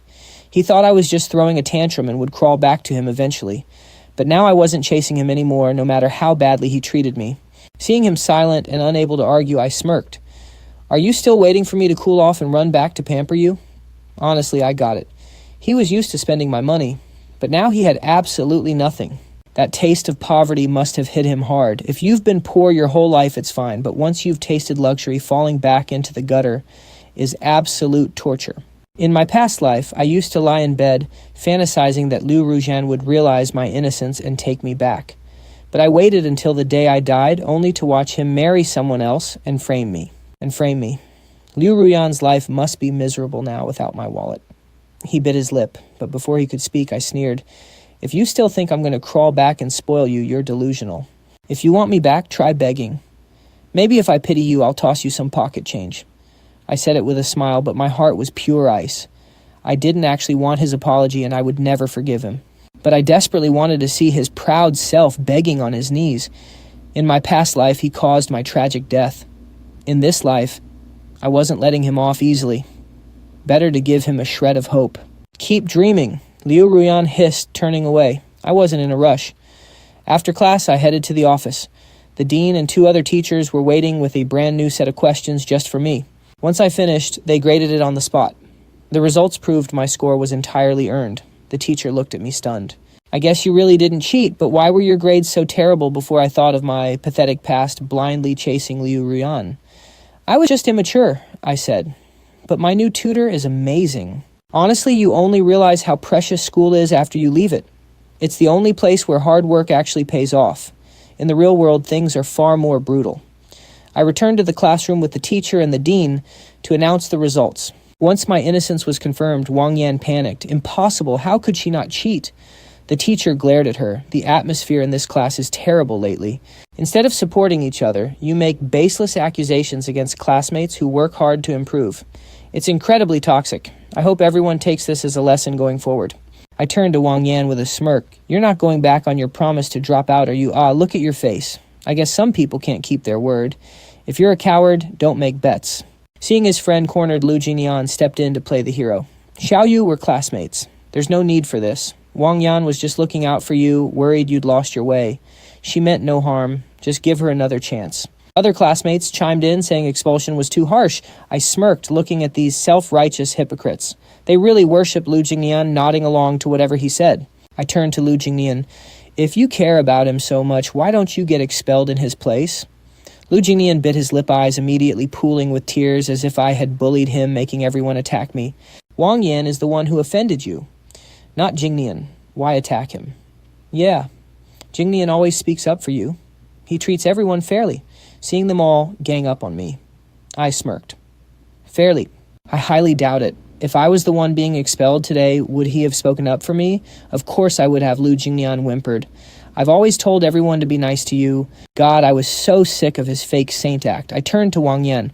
Fine, since you're a spineless liar anyway, how about you run 20 kilometers instead of dropping out? Wang Yan stared at me, utterly horrified by my malice. 20 kilometers. That would kill her. She was terribly unathletic. If you can't do it, then pack your bags and leave. I sneered, sitting down. Expelling her didn't matter to me, but I had to make an example out of her. Otherwise, everyone would think they could walk all over me. Fine, I'll run, Wang Yan spat. Great, but you must yell your apology with every lap. Tell everyone you slandered me and I didn't cheat. Let the whole school know. This is a bit too much. You're humiliating her in front of the entire school. Compared to what you did to me, I'm being extremely merciful. Right after class, Wang Yan started running her 20 kilometers. I didn't leave her alone. I sat on the steps nearby, guarding her like a hawk. She was far less athletic than Liu Ruyan. Running slowly and shouting her apology, she was practically on the verge of fainting. Lu Jingnian walked over, whimpering. Xiaoyu Wang Yan knows she was wrong. Please let her go. She doesn't have Liu Ruyan's stamina. 20 kilometers will kill her. Oh, so if your rumors had driven me to suicide, I would have deserved it. But you're perfectly fine now, aren't you? Lu Jingnian said, you aren't the type to do something stupid. I looked at his face. The afternoon light hit him from behind, leaving his features in shadow. He looked so high and mighty. It made me remember my tragic death before. He actually called just to mock me back then. I don't know if he helped plan Liu Ruyan's schemes, but he definitely executed them. They literally killed me together. And now he claims I am being unreasonable. Talk about shameless. How long am I supposed to play the harmless victim anyway? You seriously think I'm going to pamper you like everyone else and do whatever you say? If you don't like it, go run for Wang Yan yourself instead of standing there talking trash. Seeing Lu Jingnian get attacked, Liu Ruyan stepped in. Jiang Xiaoyu, don't go too far. Jingnian was just trying to warn you in case you can't handle the consequences. I looked up at her and smirked. What is this, the hero saving the damsel? He glanced at Liu Ruyan. Seeing her sour face, he ignored her family issues for a moment and snapped at me. Jiang Xiaoyu, do you hate me and target my friends because of Ruyan? Do you think I stole her? Fine, I'll give her back to you. Jingnian and Liu Ruyan chimed in. Don't say that. I don't even like him. She instantly declared her loyalty to Lu Jingnian. They looked so sickeningly in love, making me look like the jealous homewrecker. I burst out laughing. Sure, Liu Ruyan, keep him. I don't recycle garbage. Before she could reply, I kept going. And as for me, bullying Wang Yan, everyone in this school knows she was the one who bullied me. Honestly, I'm being incredibly generous here. If she doesn't want to run, she can drop out. I'm not stopping her. In my past life, I tried so hard to be nice and keep a clean image only to end up being the victim. This time, I only want to live my life to the fullest and screw what anyone else thinks. Seeing how unbothered I was, Liu Ruyan turned to Lu Jingnian. Jingnian, he clearly doesn't care. If something happens to Wang Yan, he'll regret it when it's too late. Let's go. She pulled Lu Jingnian and stormed past me. Wang Yan had zero stamina, passing out cold after just 10 kilometers. Liu Ruyan and Lu Jingnian rushed her to the hospital, and I decided to follow them. Liu Ruyan glared at me, gloating, as she sneered, "Are you happy now?" "Absolutely, why wouldn't I be?" I pulled out my phone, called the hospital director to get the best doctors on her case, and personally paid for all her medical bills. Originally, Liu Ruyan and Lu Jingnian wanted to use the fainting episode to make a scene, but my generosity shut them up. Lu Jingnian sat by the bed watching Wang Yan wake up. "Are you okay?" she muttered, opening her eyes to see him there. "Lu Jingnian," he gently patted her shoulder. "How are you feeling?" "Everything hurts," she whined, playing the victim. I leaned against the wall, casually sipping a carton of yogurt. "The specialist just checked you out. You are perfectly healthy. Your stamina is just trash. You need more exercise. Tomorrow at school, make sure you run the remaining 10 kilometers. Wang Yan stared at me in disbelief. She had literally fainted, yet I still expected her to run. She probably thought I was pure evil. "Are you trying to kill me?" "Relax, you won't die," I replied. "If you faint again, the entire hospital staff is ready to revive you." Her face turned bright red with rage. I raised my eyebrows and asked softly, "What? Don't tell me you're trying to back out. If so, you can always drop out. Don't push it," she snapped. I smiled. "I heard both of your parents work at Jingtian Group." Hearing me bring up her family, her eyes went wide. "Jiang Xiaoyu, did you investigate me?" "And what if I did?" She clenched her fists. "I'll finish the run tomorrow. Good to hear. The bills are taken care of. Trust me, until you finish those 10 kilometers, even if you die, I will pay the doctors to bring you back." With that, I walked out. Liu Ruyan frowned, watching my cold departure. Wang Yan was actually fine, so after her IV drip, they took her home. I didn't waste any time either. Once I got home, I took pictures of the hospital bills and medical diagnosis and posted them straight into the class group. I've seen too many people try to frame others, so I wasn't giving them any leverage. Only after securing my alibi did I finally go to sleep. The next day, Wang Yan obediently ran her 10 kilometers. After this, she never dared to act arrogant around me again. Even if she was furious, she only complained behind my back, never to my face. The rest of the class started treating me with a lot more caution, too. Everyone saw what happens when you cross me. Plus, since I am rich enough to pay for my enemies' medical bills, they stopped calling me a simp or mocking my grades. Instead, they started whispering rumors that some wealthy older woman was sponsoring me. The gossip even made it onto the school forum, complete with a photo of me uploaded by some anonymous coward. By the time I saw it, the thread was flooded with comments. They didn't dare face me, preferring to hide behind their keyboards where nobody knew who they were. On Monday afternoon, as I walked out of the school gates, I noticed two beautiful girls standing near the entrance. Judging by their uniforms, they were from First High, the same school Bai Ningbing attends. Some guys nearby were drooling, whispering about how gorgeous she was. Apparently her name was Lu Jingnian, a star in First High's tennis club. Back when I was obsessed with Liu Ruyan, I ignored everyone else, so I barely recognized her. Taking a closer look, she definitely had a great figure, but she couldn't compare to Bai Ningbing. I still don't know how I was so blind in my past life to reject Ningbing.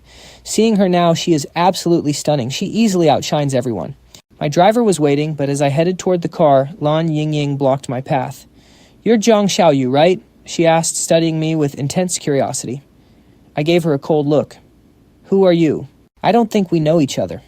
Lu Jingnian smirked. "So you're the high schooler getting sponsored by some sugar mommy. The forums are going wild about you, and the gossip even reached our school. They also mentioned me, though." She was referring to the vivid rumors about how I disciplined Wang Yan. Honestly, being confronted like this was actually pretty amusing. I didn't get angry, but calmly asked, "Are you Lu Jingnian?" She blinked in shock. "You know me." "Is it true you used to sponsor Liu Ruyan? Don't tell me you have a crush on me now. I don't do charity." She defensively covered her chest, as if my knowing her name meant I was about to jump her. I found her self-absorption hilarious. "Is your family too poor to afford a mirror?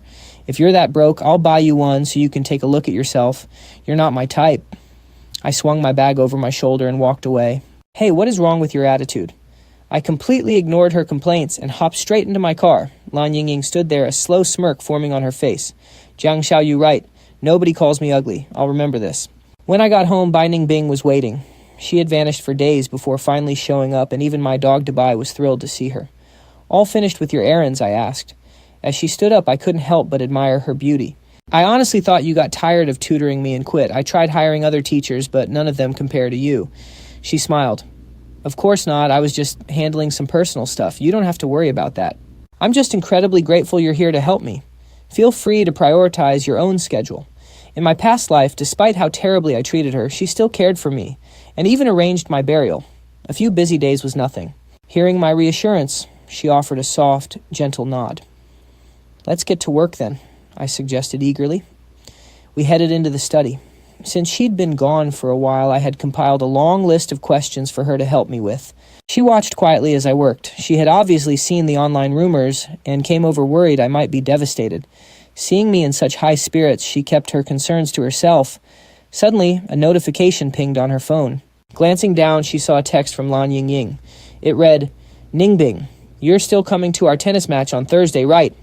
Although she had already agreed, Lan Yingying always worried she might flake, since Ningbing tended to do whatever she wanted. She replied with a simple yes. Once we finished our study session, she looked up and said, "I have to visit your school this week." I stared at her in surprise. She explained that a tennis tournament was being hosted at our gym. "I'll definitely be there to cheer you on," I promised. She nodded with a soft smile. In the past, every time she saw me, I was chasing after Liu Ruyan, completely blind to anyone else. I had never paid attention to her back then. Hearing me say I was going just to support her brought a tiny, rare smile to her lips. Thursday afternoon arrived, and the school was buzzing with excitement before the match even started. First High's girls' tennis team was notoriously elite.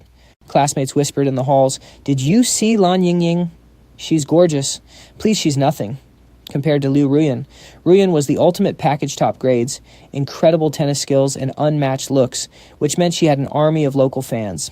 Lu Jingnian had been visibly stressed out lately, especially after I exposed the fact that Liu Ruyan's father was a massive gambler. He knew exactly how dangerous those debts could be. I kept my nose in my book, ignoring their drama entirely. In my past life, I would have been the very first to organize a massive cheering squad for Ruyan. What an absolute joke. Since everyone believed I had a sugar mommy, they completely ignored me while rallying for her. Some people, however, wondered if Bai Ningbing would show up since she also goes to First High. She is the only student who consistently outranks Liu Ruyan in every single exam, making her a legend around here. She probably won't show up. She hates crowds, they whispered. She almost never plays in public matches, so seeing her would be a miracle. Hearing them praise Ningbing Liu Ruyan's expression soured with envy.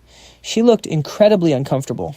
Her eyes slowly drifted over to me. Checking to see if I was buried in my books, she seemed annoyed, probably wondering if I really wasn't going to cheer her on.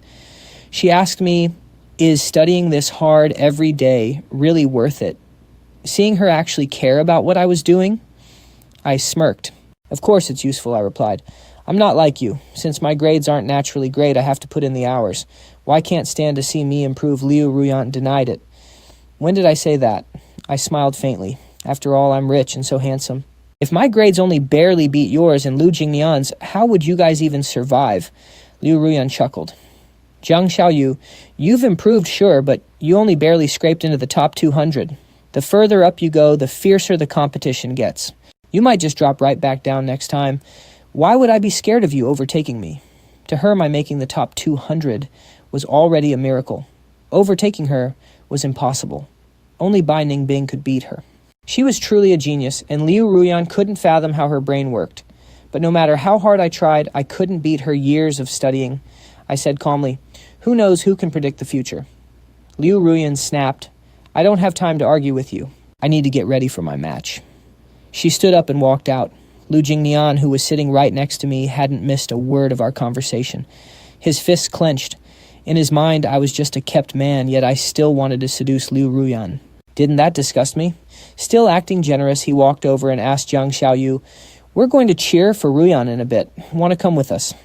Ever since I stopped talking to her, Liu Ruyan had stopped giving him gifts. Because of this, Lu Jingnian felt he had to drag me back into their circle. If I kept liking her, I'd spend money on her, and they wouldn't have to pinch pennies. Right now, she was always busy with part-time work. Her earnings could barely support herself, let alone pampering him like before. Their lives had completely plummeted compared to when I supported them. Besides, she'd never love a guy who slept with sugar mommies, so even if I continued to chase her, he had nothing to fear. Hearing his suggestion, I immediately shot it down. "I'm not going." Lu Jingnian stared at me. "Why, Ruyan is actually pretty nice to you. She always speaks well of you. After all, we were all friends once. No need to make things so awkward, right?" I looked up and cold-eyed him. It reminded me of my past life when I handed my family business to Liu Ruyan just to marry her. Back then, he also spent daily playing mediator and praising her. He acted so generous, pretending he didn't care if I stole her. I used to think he was a great guy, but later I realized the truth. He just knew she'd never love me. But staying with me meant endless perks for them. Hearing him defend her now made me sick. I have standards for my friends, I said. Lu Jingnian froze. Seeing how bluntly I rejected him, others stepped in to defend him. Forget him, Jingnian. Why waste your breath? If he doesn't want to go, let him be. They left to cheer for her.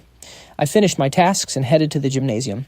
By then, Liu Ruyan had already changed into her athletic gear and was standing in front of Lu Jingnian.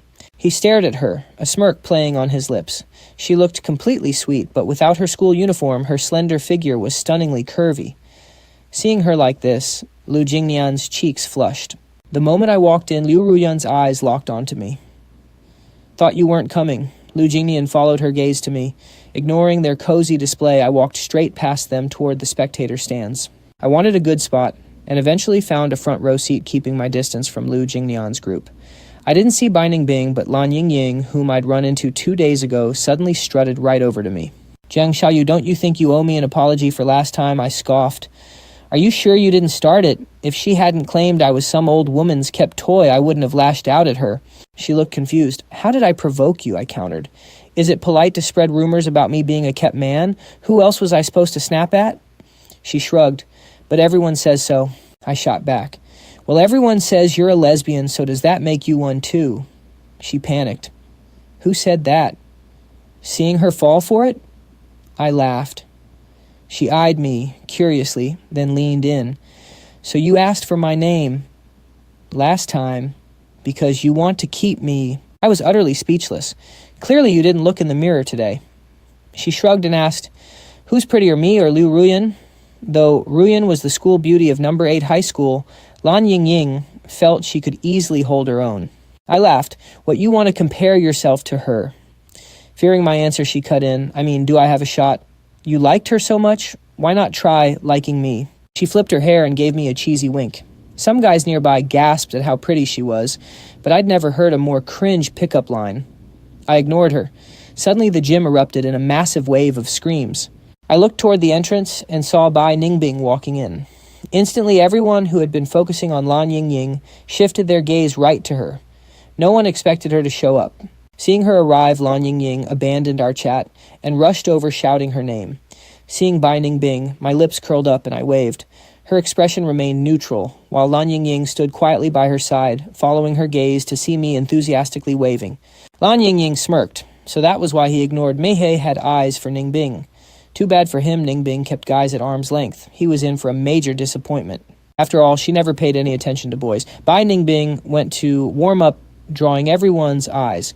Liu Ruyan noticed my expression, scoffing at how I instantly acted like a simp for Ningbing.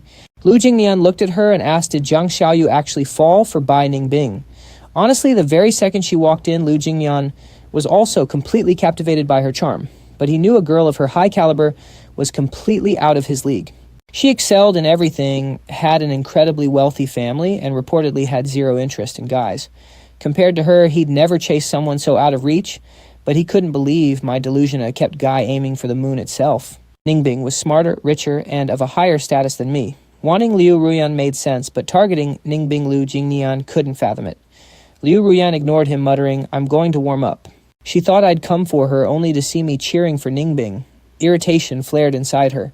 She had assumed my absence would bring her peace, since I used to cling to her like annoying, unpeelable gum. But now that I ignored her, she felt strangely empty. She had always viewed Ningbing as a rival. Back when she stayed at my family's house, she'd noticed my father wanted to arrange a marriage for me with her. Back then she'd scoffed that even if Ningbing was better, her future husband was still her loyal dog who wanted nothing to do with Ningbing. That thought used to make her gloat, feeling like she'd finally won. But now I'd left her behind and focused entirely on Ningbing, leaving her deeply unsettled. Meanwhile, Wang Yan stood right next to Lu Jingnian, watching me on the stands distribute the drinks I'd bought to other guys. Some of those guys had definitely talked trash about me before, which was normal since we weren't in the same class. But talking to me now, they realized I was actually pretty cool, and their attitudes softened. Wang Yan scoffed to Lu Jingnian, Is he trying to buy friends? Lu Jingnian sighed, Ningbing is here. He probably just wants to show off. Wang Yan gasped. Are you saying he actually wants to pursue Ningbing? Oh my god, is he insane? As if a goddess like her would ever date him. Who would want a guy who sleeps with old women? I've never seen someone act so smug after being kept. He doesn't even try to hide it. I even saw Lan Yingying chatting him up earlier. Does he just chase anyone with a pretty face? Lu Jingnian sighed. Well, he does have the looks for it. He didn't come to school to study anyway. Honestly, he's kind of pitiful. If his parents were around to guide him, he'd be different. Wang Yan snorted. Pitiful. You're just too nice to everyone. Wang Yan only dared to mock me behind my back, never to my face. Soon the girls' tennis match began, and I watched closely. The competition was brutal right from the start. Lan Yingying and Liu Ruyan. The two players both received early yellow cards, shocking the crowd. Usually matches don't start this aggressively. Liu Ruyan's primary target was actually Ningbing, thinking she had to outperform her so I would finally notice her again. She didn't have to love me, but I wasn't allowed to stop loving her. She wanted to show me she was the one who deserved my devotion, but Lan Yingying kept targeting her while Ningbing coasted through easily. She was far above the school team's level. Even though our school team was top tier, she was in a class of her own. After scoring a few points, she started slacking off. Watching her, she looked completely different from the rest. Compared to Liu Ruyan, who was desperately trying to win Ningbing, looked like she was just having fun. During the halftime break, they rested right in front of me. Ningbing sat down and stared at Lan Yingying. Why so intense today? Lan Yingying kept glaring at Liu Ruyan. Normally, she'd never act like this. Lan Yingying huffed. Some guy called me ugly. I have to show off my skills so he knows who he's dealing with. Ningbing secretly smiled. I didn't care. Lan Yingying finished her water, turned, and saw me in the stands. She smirked and shouted, How was that awesome, right? I totally crushed your precious Liu Ruyan. Just as she finished, Bai Ningbing shot her a look.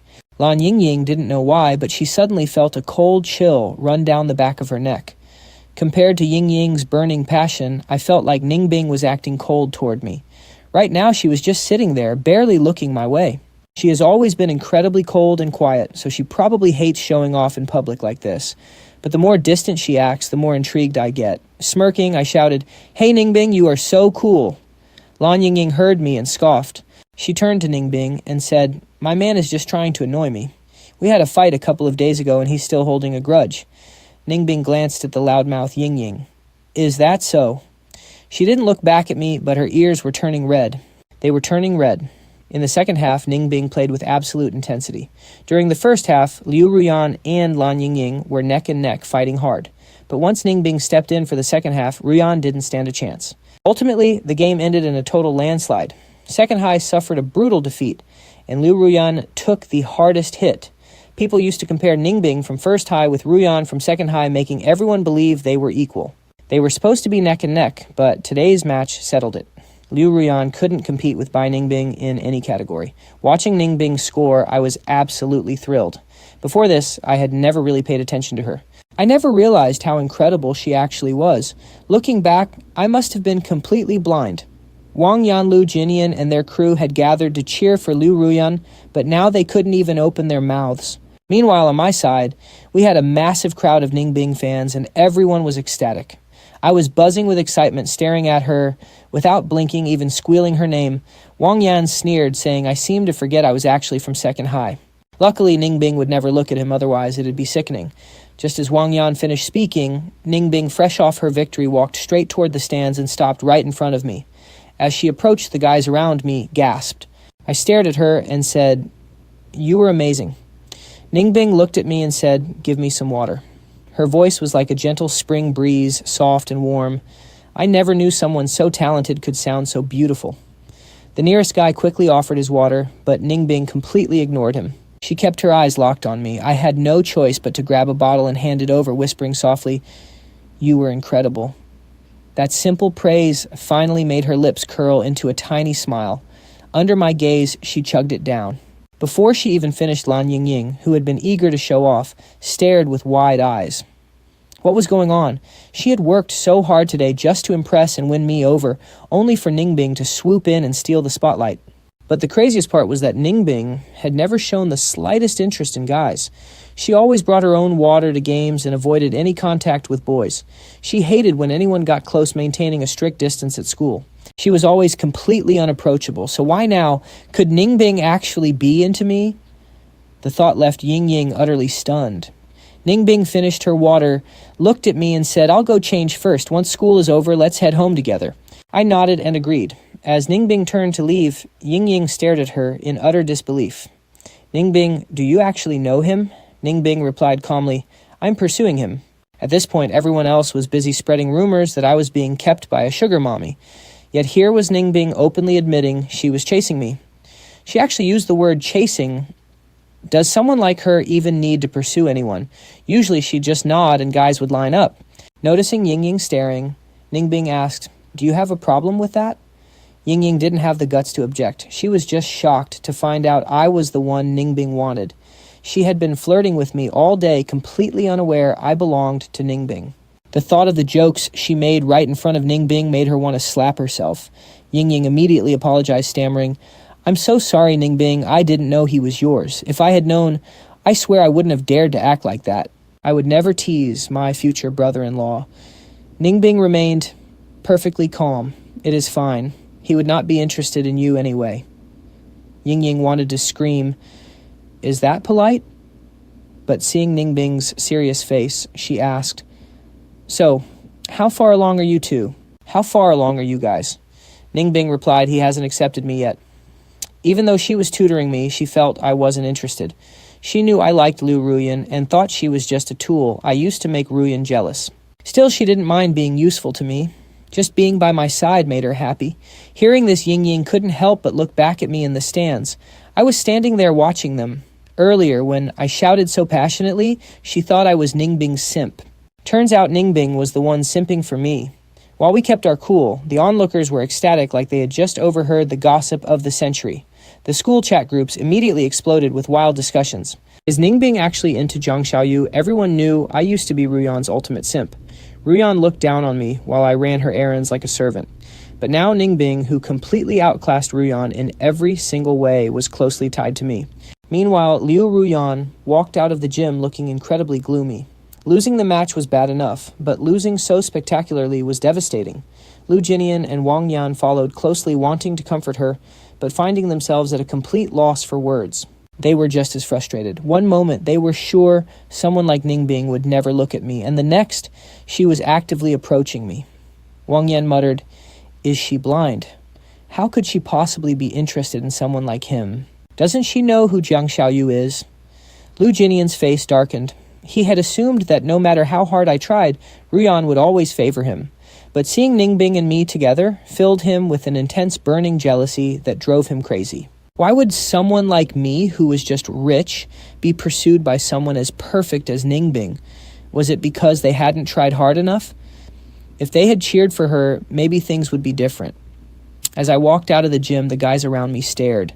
"Hey, Jiang Xiaoyu, did you know Ningbing before this?" I gave a casual shrug. They quickly pressed, "Are you guys dating now?" They had been standing close and noticed how differently she looked at me. It was impossible not to wonder. They couldn't help but speculate. I replied, "No, we are just fiancé and fiancée. Even though I was proactive with Ningbing, it was only because of my past life. In this life, I wasn't sure how she truly felt about me beyond our arranged engagement. After the whole disaster with Liu Ruyan, I didn't want to get ahead of myself and end up looking like a pathetic simp again. Seeing their curious faces, I added, "Our families are just close, so we hang out sometimes." Everyone nodded, understanding. "So your family is actually loaded." We thought I didn't dodge the topic, thought I was being kept by some sugar mommy. They looked guilty when I brought it up. After all the rumors online claimed someone had been picking me up at the school gates, I just laughed it off. Let them think whatever they want. It didn't matter to me because it wasn't true. The idea of me needing a sugar mommy was hilarious. After waving goodbye to some guys from other classes, I headed back to the classroom. As I walked in, everyone stared. I was used to their dramatic reactions by now. I quietly took my seat. The girl sitting in front of me glared at me, sneering sarcastically.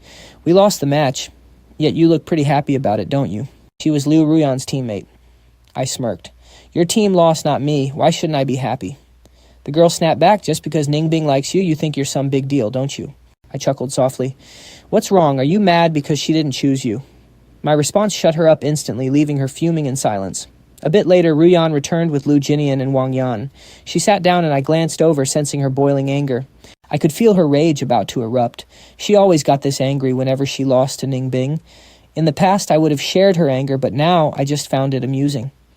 Ruyan glared at me, and seeing the smirk on my face, her expression grew even colder. I asked coldly, "What are you staring at?" "You lost because you weren't good enough, so don't blame me."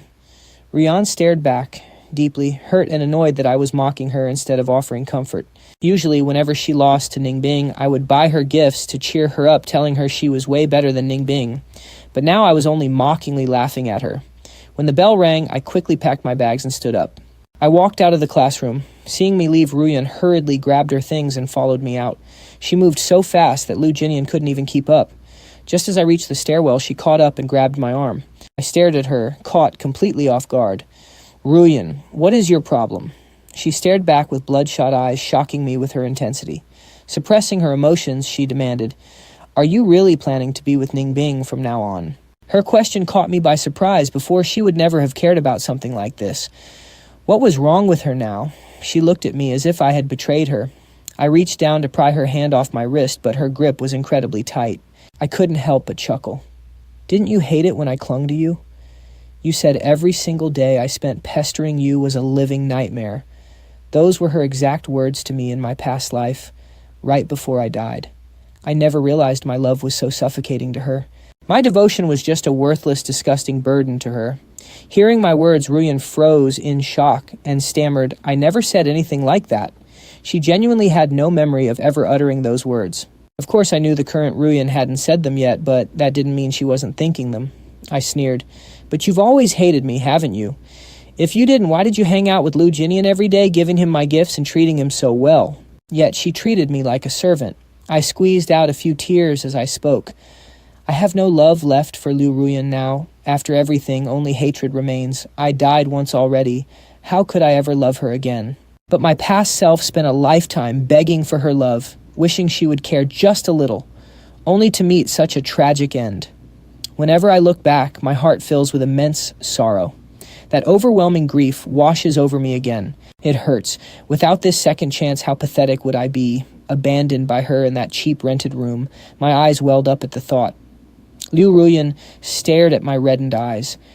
She had only come because she hated seeing me with Bai Ningbing. But this time, she saw an unprecedented sorrow in my eyes. She never loved me. Her heart belonged to Lu Jingnian. Yet looking at my pain, she looked as if she had committed some unforgivable crime. Did she really hurt me that deeply I didn't? She stammered. "I know I just didn't want to focus on romance." Even now she was making excuses. I wiped my tears. "I get it. You just didn't want a relationship with me. You and Lu Jingnian are perfect for each other. So whether I am with Bai Ningbing or Lan Yingying is none of your business, right?" She opened her mouth, but my reaction clearly sparked some guilt in her. As we stood there, Lu Jingnian and Wang Yan approached. Lu Jingnian stood at the top of the stairs watching us. Lu Jingnian looked at us in surprise. From his angle, Liu Ruyan and I were standing very close, and she was still gripping my hand. The moment he appeared, she let go instinctively. Watching her panic, I let out a bitter, silent laugh. Makes sense. Seeing me with Bai Ningbing probably panicked her because her walking wallet was slipping away, but her priority would always be Lu Jingnian.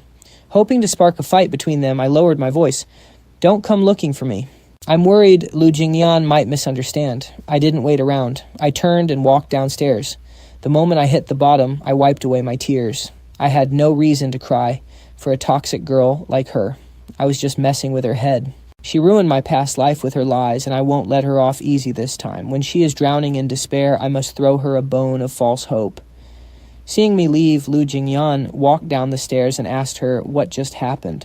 I thought I saw him crying. "I'm going home," Liu Ruyan muttered. She was in no mood to explain anything to him. My dramatic performance had convinced her that I still loved her and that I only turned to Bai Ningbing because she had pushed me away. She probably regretted letting me find out about her and Lu Jingnian. As I walked out of the school gates, I saw Bai Ningbing waiting for me. She had changed out of her athletic gear into our school uniform. Lan Yingying was right beside her waiting patiently. The moment I stepped out, Lan Yingying spotted me. "Look, brother-in-law is here," she told Bai Ningbing. Hearing her, Bai Ningbing turned around, A crowd had gathered around the school gates, all eyes on her. Seeing her dominate on the court was one thing, but seeing her here like this was entirely different. Though they wore the exact same uniform, Lan Yingying looked a bit plain, while Bai Ningbing looked absolutely stunning. Seeing me approach, she walked over and naturally took my heavy backpack. Her actions showed she genuinely cared about Methus, wasn't some one-sided obsession on my part. Bai Ningbing didn't care about the whispering crowd. Her eyes locked onto mine. "Let's go eat first." I nodded, refusing to let Liu Ruyan ruin my appetite. That toxic girl wasn't worth my energy. Lan Yingying chimed in. "Hey there, brother-in-law." I looked up and rolled my eyes. Sensing my irritation, she immediately scrambled to apologize.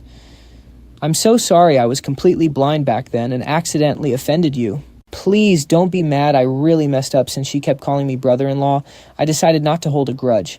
I just turned to Bai Ningbing. "Are you two friends?"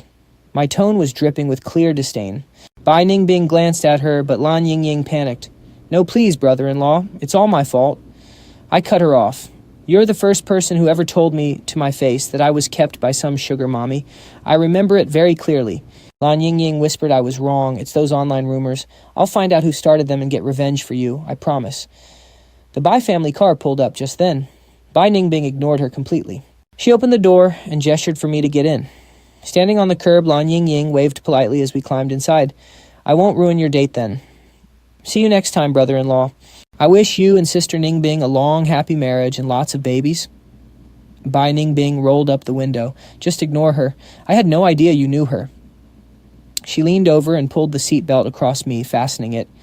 "We only occasionally run into each other to play tennis." Mentioning tennis brought back memories of her incredible performance on the court. I couldn't help but praise her. "You are amazing at tennis scoring. All those points today. You should have seen the look on Liu Ruyan's face." Bai Ningbing looked at me, nodding calmly. "She is just terrible. If it wasn't for her, I wouldn't have even played." Hearing Bai Ningbing trash talk Liu Ruyan with such a straight face was highly entertaining. I didn't think she had it in her to gossip, even if she was just stating facts. "You're just too perfect," I teased. "Honestly, do you even have flaws? Beautiful, top of the class, and amazing at tennis. All the guys sitting next to me were totally obsessed with you." "I don't even know them," she replied. "I know. I just think you're incredible. But showing up like this and staying so close to me, aren't you worried about what people might say?" Bai Ningbing turned her head and stared at me. "What kind of gossip?" "Well, the internet claims I'm being kept by a sugar mommy. Everyone talks behind my back. My reputation's kind of ruined." "I don't care about any of that," she said. I couldn't help but smile. From her expression, it seemed she had known about the rumors all along, but she chose to never mention them. "Did she show up today just to defend my honor?" The driver dropped us off at a restaurant. As soon as we sat down, my phone buzzed with a text. I opened it to find a message from Liu Ruyan. "I'm sorry." Seeing those words, I paused in surprise. She actually apologized. It seems she really hated the idea of me getting close to Bai Ningbing. Humans are funny like that. Even though she used to treat me like trash, seeing me move on made her panic. Bai Ningbing interrupted my thoughts. "What would you like to eat?" "Anything is fine. You order." "First," I replied. She then ordered a few dishes, remembering my love for spicy food. Having dinner together so often had made us quite familiar with each other's habits. "Is your dad still away?" she asked. "Yeah, he's always busy." I sighed. Speaking of my father, anxiety gripped my heart. In my past life, my father died in a car crash right before my college entrance exams. Now I was so focused on raising my grades that I barely spent time with him. He was always busy, so even if I tried, he rarely had free time. But I was mentally prepared. When the fateful day approached, I would stop him from driving. That should prevent the crash. Bai Ningbing watched me chew my food in silence. My eyes fixed blankly on the table as my mind raced elsewhere. She looked at me, noticing how often I zoned out. Her intuition told her I was hiding a deep secret, but since I kept quiet, she didn't pry. Meanwhile, Liu Ruyan returned home to find her father, who had been gambling heavily lately, waiting in her bedroom. Seeing her enter, Liu Yong demanded, with a cold glare, "How are things going with Jiang Xiaoyu lately?" "They're fine," she muttered. She had been thinking about me all the way home, and seeing her father only soured her mood further. "Fine, didn't I tell you to go sweet-talk him? You still haven't won him back." Seeing his aggression, she snapped, "Why should I have to beg him? He fired me already. Do you expect me to throw away my dignity?" Although seeing me with Bai Ningbing filled her with regret and a sudden urge to win me back, her father's greed made her glad we parted ways. But before she could say another word, Liu Yong rushed forward and slapped her across the face. "You useless brat, if you don't win him back. Where will we get money? Give me whatever cash you have on you right now." He had clearly gambled away every penny yet again. Liu Ruyan stared at him in disbelief. "You went gambling again, didn't you? Shut your mouth. Don't start acting like your disgusting mother. Keep complaining and see if I don't beat you to death. Back when you were actually with Jiang Xiaoyu, we had endless cash. My card games never caused any real damage, but you just had to run off with that broke loser. Now look what you've done. You let a cash cow slip right through your fingers. You better get him back, or I will make your life a living hell." Liu Yong spat before storming out. Once he was gone, Liu Ruyan checked her hiding spot under the bed, only to find all her stashed cash was missing. Their apartment was tiny, and living with her father meant she had zero privacy. There were only so many hiding spots. Back when we were dating, she had secretly stashed away some of the money I gave her. She knew college was coming and expenses would pile up. She couldn't rely on her father for a single cent. She was completely on her own, yet her father had still managed to sniff out her savings. Stepping out, she saw he was already gone. Staring at the empty hallway, she angrily kicked a nearby stool. After dinner, Bai Ningbing and I walked out into a pouring rain. Her driver pulled up to my entrance and opened an umbrella for me. As I stepped out, Bai Ningbing took the umbrella from him to personally escort me to the door. I turned to her and said, "All right, the rain is pouring. You should head back." Bai Ningbing looked at me gently. "Good night," she murmured softly. I stared into her bright, sparkling eyes, feeling a sudden warmth rush to my cheeks. I nodded quickly. "You too. Get some rest. See you tomorrow." She nodded, walked back to the car under the umbrella, and climbed inside. Watching her drive away, I realized how genuinely happy I felt whenever we were together. I turned to go inside, but then a familiar voice called my name. I turned around and saw Liu Ruyan stepping out of the shadows. She didn't have an umbrella and was soaked to the bone. I had no idea when she even got here. Surprised, I frowned and asked, "What are you doing here?" First she texts me an apology, and now she shows up in person. Guess my little performance this afternoon really got to her. She stared at me, noticing how my smile vanished the instant I saw her face. "Are you really that happy when you're with Bai Ningbing?" she asked. "Yeah, pretty happy," I replied. "She treats me well, unlike you. She had always been so cold to me, so seeing her look this devoted was rare. Even though I knew she had a heart of stone, and this was all just an act, seeing her like this still felt surprisingly satisfying." Hearing my words, she let out a bitter smile. "So you really don't plan on getting back with me anymore, do you?" she murmured. I looked at her completely unfazed by her pity play and decided to cut straight to the chase. "What are you short on cash again?" I asked. "The only time you ever pretend to care about me is when you're broke." She stared at me. "You're overthinking. I just wanted to see you. I'm going." She turned around to walk away, but she didn't get very far. I watched as she suddenly collapsed onto the wet ground. I quickly called my butler, Joe Shen, over. He ran up with an umbrella and gasped when he saw her. "Isn't this Miss Liu? What happened to her?" "No idea," I replied. "She just passed out." Joe Shen touched her forehead. "She's burning up. It's definitely a fever," Joe Shen said. "What should we do?" "Young master, do we help her?" I sighed. "Get her inside and call a doctor." Joe Shen hesitated. "Should we put her in her old room?" "No way," I replied. "Put her in Uncle Lu's old room," I said. "I used to spoil her with luxury suites, but that would be a total waste now. In her current state, she only deserved the driver's quarters." Joe Shen nodded and had the staff carry her over to the servants' wing. Once she was settled, the doctor confirmed it was just a standard fever and left her to rest. I stood by my window watching the torrential rain pour over the courtyard. Even after a warm shower, I couldn't sleep. Just then a text from Bai Ningbing lit up my phone. She was checking if I made it back safely. I texted back, "Yeah, just finished showering," she replied. "Then get some rest. Good night." After putting my phone down, I fell right asleep.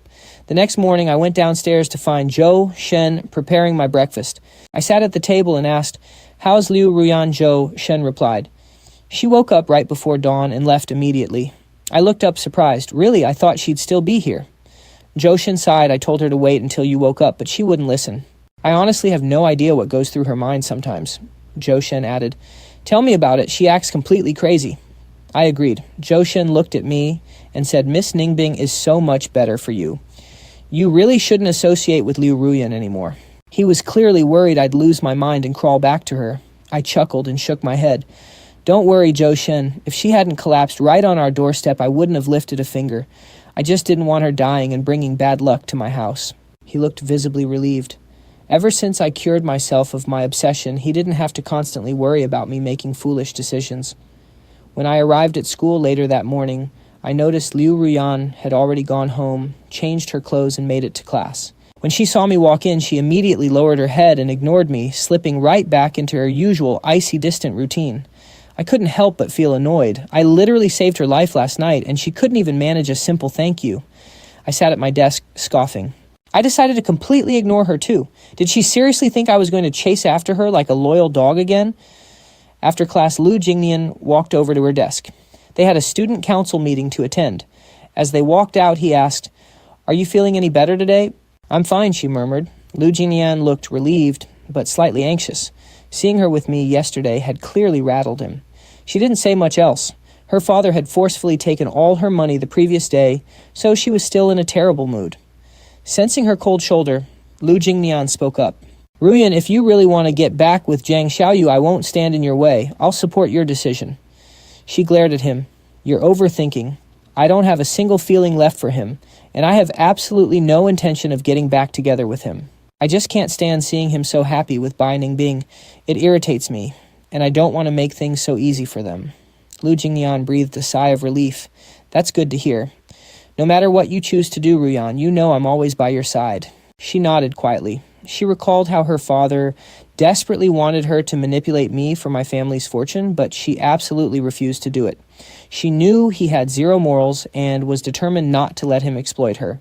That was why the second she woke up that morning, she packed up and left my house immediately, wanting to cut off all ties. Over the next few weeks, she spent every single day glued to Lu Jingnian and stopped hovering around me. I didn't care at all. I focused entirely on my classes and kept to myself. Whenever I had free time, I researched real estate. Housing prices were incredibly cheap right now, and I knew they'd skyrocket in the future. One afternoon, I stayed late to finish some schoolwork. By the time I walked out, the front gates were practically deserted. "Young Master Jiang." A rough voice called my name. I looked up to see Liu Yang standing there. Surprised to see him, I said, "Uncle Liu, are you here to find Ruyan?" He looked at me and sighed. "Yeah, I came to check on her. I've been giving that stubborn girl a hard time lately. It's her own fault for insisting on hanging around that Lu kid. She doesn't know what's good for her. Please don't be angry with her." "I'm not angry," I replied honestly. I couldn't help but frown, noticing how incredibly disheveled and worn out Uncle Liu looked. Right then, Liu Ruyan and Lu Jingnian walked out of the gates. She stopped dead in her tracks when she saw us. The last time her father showed up, he snatched her cash and vanished. Seeing him back could only mean one thing: he had already gambled it all away again. Liu Yang glared at her. "Get out of my way!" Liu Ruyan snapped, before turning her icy gaze on me. "Why are you still standing there? Do you seriously still want to be my father's son-in-law? You're not even close to being in my league. Get lost." Her sudden aggressive outburst caught me completely off guard. Even though I knew she always treated me like garbage, her harsh tone still stung. I stared back at her, realizing she'd never change. I took a deep breath, snapped out of my shock, and fired right back. "You're delusional. Who in their right mind would ever want you?" I turned on my heel and walked away. Behind me, Liu Yang yelled at my retreating back, "Don't worry, son-in-law. I'll make sure she comes to apologize in a couple of days. I'm going to teach her a lesson." Liu Ruyan tried to walk past him to escape, but she blocked his path, refusing to let him follow me. Furious, Liu Yang spat at her. "What do you think you're doing, Ruyan? If you aren't going to secure our future, at least let me do it. I finally get to talk to him, and you ruin it." I climbed into my waiting car and watched the drama unfold. Liu Ruyan glared at her father, her face dark with embarrassment. "Can you please stop coming to my school?" she demanded. "I'll come whenever I want," Liu Yang yelled. "Where's the money? Do you have any cash?" "I don't have any," she snapped. "You took every single penny I had last time. That was my tuition money. What did you even do with it?" At her question, Liu Yang completely lost his temper. Back when she had me wrapped around her finger, he never complained. He hadn't cared back then if she spent all her time with Lu Jingnian, since I used to tolerate her behavior. But now that I had officially cut her off because of her betrayal, he couldn't keep quiet. He realized he needed to force her to get me back. "This is my life, so just leave me alone," Liu Ruyan yelled. "I have to get to my shift now." "Your shift? Liu Yang scoffed. You and your stupid part-time jobs? How much pocket change do you actually make in a month compared to what the Jiang family has? You'd be much better off going back and apologizing to Jiang Xiaoyu. Look at how angry you just made him. I don't care. I don't even like him, she fired back. He ignored her frustration. We'll finish this discussion at home. Now hand over whatever cash you have left. Give me the money right now. If you don't, I'll go directly to Jiang Xiaoyu and demand it from him myself. You better find some cash fast, you hear me? You're just like your selfish mother, absolutely heartless. Liu Ruyan's face turned completely pale with anger. Whether you live or die is none of my concern, she spat. She immediately climbed onto the passing bus, leaving her furious father standing on the curb. Liu Yang looked down at the few bills in his hand, cursing his disobedient daughter. Meanwhile, Lu Jingnian, who had stayed behind, didn't dare intervene. He had slipped into the shadows, silently watching the entire embarrassing fight unfold. He only knew Liu Yang as my family's former driver, with no idea the man was actually Ruyan's father. Seeing him harass his own bankrupt daughter for cash was deeply shocking. He felt it was incredibly trashy, but to avoid getting dragged into their messy family drama, he stayed hidden until everyone had finally dispersed. From the back seat of my car, I watched the entire pathetic spectacle before finally telling my driver to start the engine and head home. It was honestly hilarious to me. I had absolutely zero interest in her, yet she acted like she was protecting herself from marrying me, just because her dad was trying to play matchmaker. When I walked through my front door, Joshin greeted me with a warm smile. Noticing my sour expression, he immediately asked, "Did someone upset you today?" "Young master just bumped into some annoying people," I muttered. "If Bai Ningbing stops by later, tell her I'll be upstairs in the study." Lately, she had been arriving a bit later than usual. I had no idea what was keeping her so busy. Shortly after I headed upstairs, Bai Ningbing arrived. She noticed the mood in the house and asked Joshin, "Is the young master upset today?" "What happened?" He didn't say, but it's likely related to Liu Ruyan, he whispered. Knowing that only Ruyan's antics could make me look that cold, she quietly walked upstairs and pushed open the study door. Instead of brooding, she found me staring at my computer screen, thoroughly engrossed in a hilarious comedy sketch, and laughing out loud. She smiled and walked in. She sat down in the empty seat right next to me. I paused the video and looked over at her. "You're finally here." She nodded softly. "Yeah, sorry, I got held up by some errands." "You've been incredibly busy lately," I noted. "You used to always arrive before me. It feels like you have a million things on your plate right now." She nodded gently. "Yeah, there's a lot going on. But don't worry, it won't affect our tutoring sessions. I'll always make time. Besides, your grades have been improving so much lately." I looked at her. "Are you planning on going to university in Beijing?" I asked quietly. She froze at my question. I knew her family was already pushing her to leave, but she had been delaying it for some reason. She stared at me in disbelief. "How did you know that I simply smiled?" Of course, I know what happened in my past life, but that was all after the college entrance exam. Back then, I never even dreamed of leaving this city. Since Liu Ruyan chose a local college, I just stayed here too. In reality, her score back then was actually high enough to get into the top universities, but she chose to stay in Yuncheng. I never understood why. Maybe she couldn't bear to leave, or maybe she just couldn't let go of Lu Jingnian. She never kept secrets from him, yet he never shared anything with her. Plus, her father passed away right around that time. Bai Ningbing would probably go, but only after the college entrance exam. I asked her, "Do you think my grades are good enough for a school in the capital?" She looked at me and nodded. As long as you want to, you can." I turned off the computer video and stretched. "Then let's work hard towards this goal." Bai Ningbing looked at me with some surprise. "You want to go to the capital?" I replied. "I just want to give it a shot. Since I got a second chance at life, I might as well set a grand dream. If you don't even dare to dream, even the goddess of mercy can't drop a miracle into your lap." Bai Ningbing watched me regain my confidence. My mood was great, except for being annoyed by Liu Ruyan. I ended up telling her what happened at the school gate. "Don't you think it's hilarious? I never said I wanted to marry her, but she's terrified I will, and she was so fierce with me. She's crazy. She just likes Lu Jingnian, right? Acting like she's indispensable. Yes, it's all my fault for being blind. In the past, making her feel so important." Bai Ningbing looked at me and said, "Our Xiaoyu is the best. You're way too good for her anyway." Hearing her words, I looked up. Seeing her staring straight at me like that, I instantly felt embarrassed. Oh my God, even though I felt that after my previous life, my heart was already dead. When she talked to me like this, I actually felt a wave of shyness. After a long while, I finally recovered. Do you talk to everyone like this? No. Bai Ningbing replied, I'm not that casual with people. So that means I'm pretty special to you. Hearing my words. Bai Ningbing froze. She didn't look at me, but put on a serious face. I promised Uncle Jiang that I would take good care of you. Hearing her bring up my father, I instantly felt a bit disappointed. She was just too obedient. If your family asked you to marry someone else in the future, would you just agree?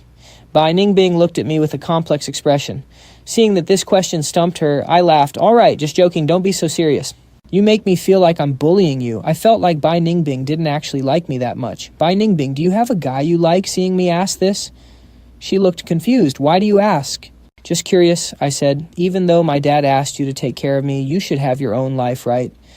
If there is a girl you like, don't force yourself. Bai Ningbing looked at me for a long while before asking, is it because we're together every day that you've started to find me annoying? Her eyes looked hurt. I stood up, but she snapped, I'm going home first. Hey, I didn't mean that. Why are you driving me away, Bai Ningbing? Your temper is way too short. She didn't stay and just walked out. Zhou Shen saw her leave and said, Miss Ningbing, I'm heading off. Her expression was incredibly tense as she muttered, okay, take care. By the time I came downstairs, she was already gone. Zhou Shen saw me and asked young master, what's wrong? Is she angry again? I sighed. I was just chatting casually and she still got mad. Why is she so petty? As I made a move to follow her, Zhou Shen reminded me about the real estate agents who were scheduled to meet me. Remembering my recent plans to buy a house, I forced myself to stay and handle my business. Meanwhile, when Liu Ruyan returned home after work, Liu Yang was still there. Usually he would have left, but he was completely broke. He had searched the house for cash but found nothing, so he just sat there smoking. When he saw her come in, he sneered, worked all night just to make a few dollars. Bringing me 1,000 wen a month would actually be decent, but you don't even compare to a fraction of Jiang Xiaoyu. Liu Ruyan replied, at least the money I make comes from my own hard work. What's the point of your hard work? The money he gave you before is more than you could earn in a lifetime. Don't think you're special just because of your grades, Ruyan. In this world, family background is everything. Just look at how well we lived when you stayed at the Jiang family's house compared to the miserable life we are living now. I won't do those kinds of things, Liu Ruyan countered. Aren't you afraid of being thrown in prison for fraud one day? If your life is ruined, don't drag me down with you. She looked at him coldly. And speaking of family background, since that's so important, why didn't you as my father work harder? Liu Yong was choked up by her words, but quickly snapped back, I just had bad luck. Plus, I was stuck with your useless mother who was always sick, which dragged me down. That's exactly why I want you to be with Jiang Xiaoyu. What's the point of being with a guy like Lu Jingnian? Even if you two get married, you'll still end up living a poor life. The Jiang family has endless money, and Jiang Xiaoyu is totally obsessed with you. As long as you show him a little affection, that brainless fool will be completely wrapped around your finger.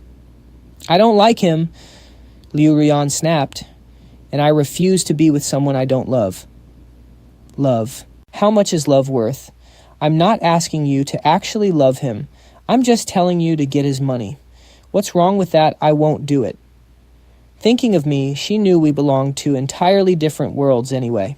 Liu Ruyan just didn't want to be associated with me anymore. She had to admit that having me around made her life incredibly easy, but seeing her father's smug face made her sick. He had driven her mother away, abused her since childhood, and now wanted to use her for a comfortable life. A man like him deserved nothing. Liu Yong sneered, if I hadn't given you those looks, do you think anyone would even look at you? And yeah, I know you get good grades, but my grades weren't bad back in the day either. What's so great about Jiang Qingming, his exam scores were worse than mine. He only became a boss because his family was loaded. With a dark expression, Liu Ruyan slammed her bedroom door shut. Liu Yong stood outside cursing for ages, so she just blocked her ears with tissues. The next morning at school, I spotted Liu Ruyan. When she walked in, her face was bruised and I froze. What happened to her? Was she beaten up? I recalled her fight with her father yesterday. Did he hit her when she got home? As she sat down next to me, everyone went silent. Even Lu Jingnian looked shocked when he saw her bruises. She sat there in total silence. Looking at how miserable yet stubbornly proud she was, I couldn't help but ask, Did your dad hit you?" hearing my question. She glared at me with a dark face and snapped, "Want to play savior again? Sure, give me a few million. He owes massive gambling debts. Give me the money, and I'll date you. How about that?" Her eyes were filled with pure mockery, as if she were laughing at my stupidity. Her attitude instantly made my blood boil. I shot back, "I was just asking casually, and you immediately demand millions to date me." "Quite the imagination."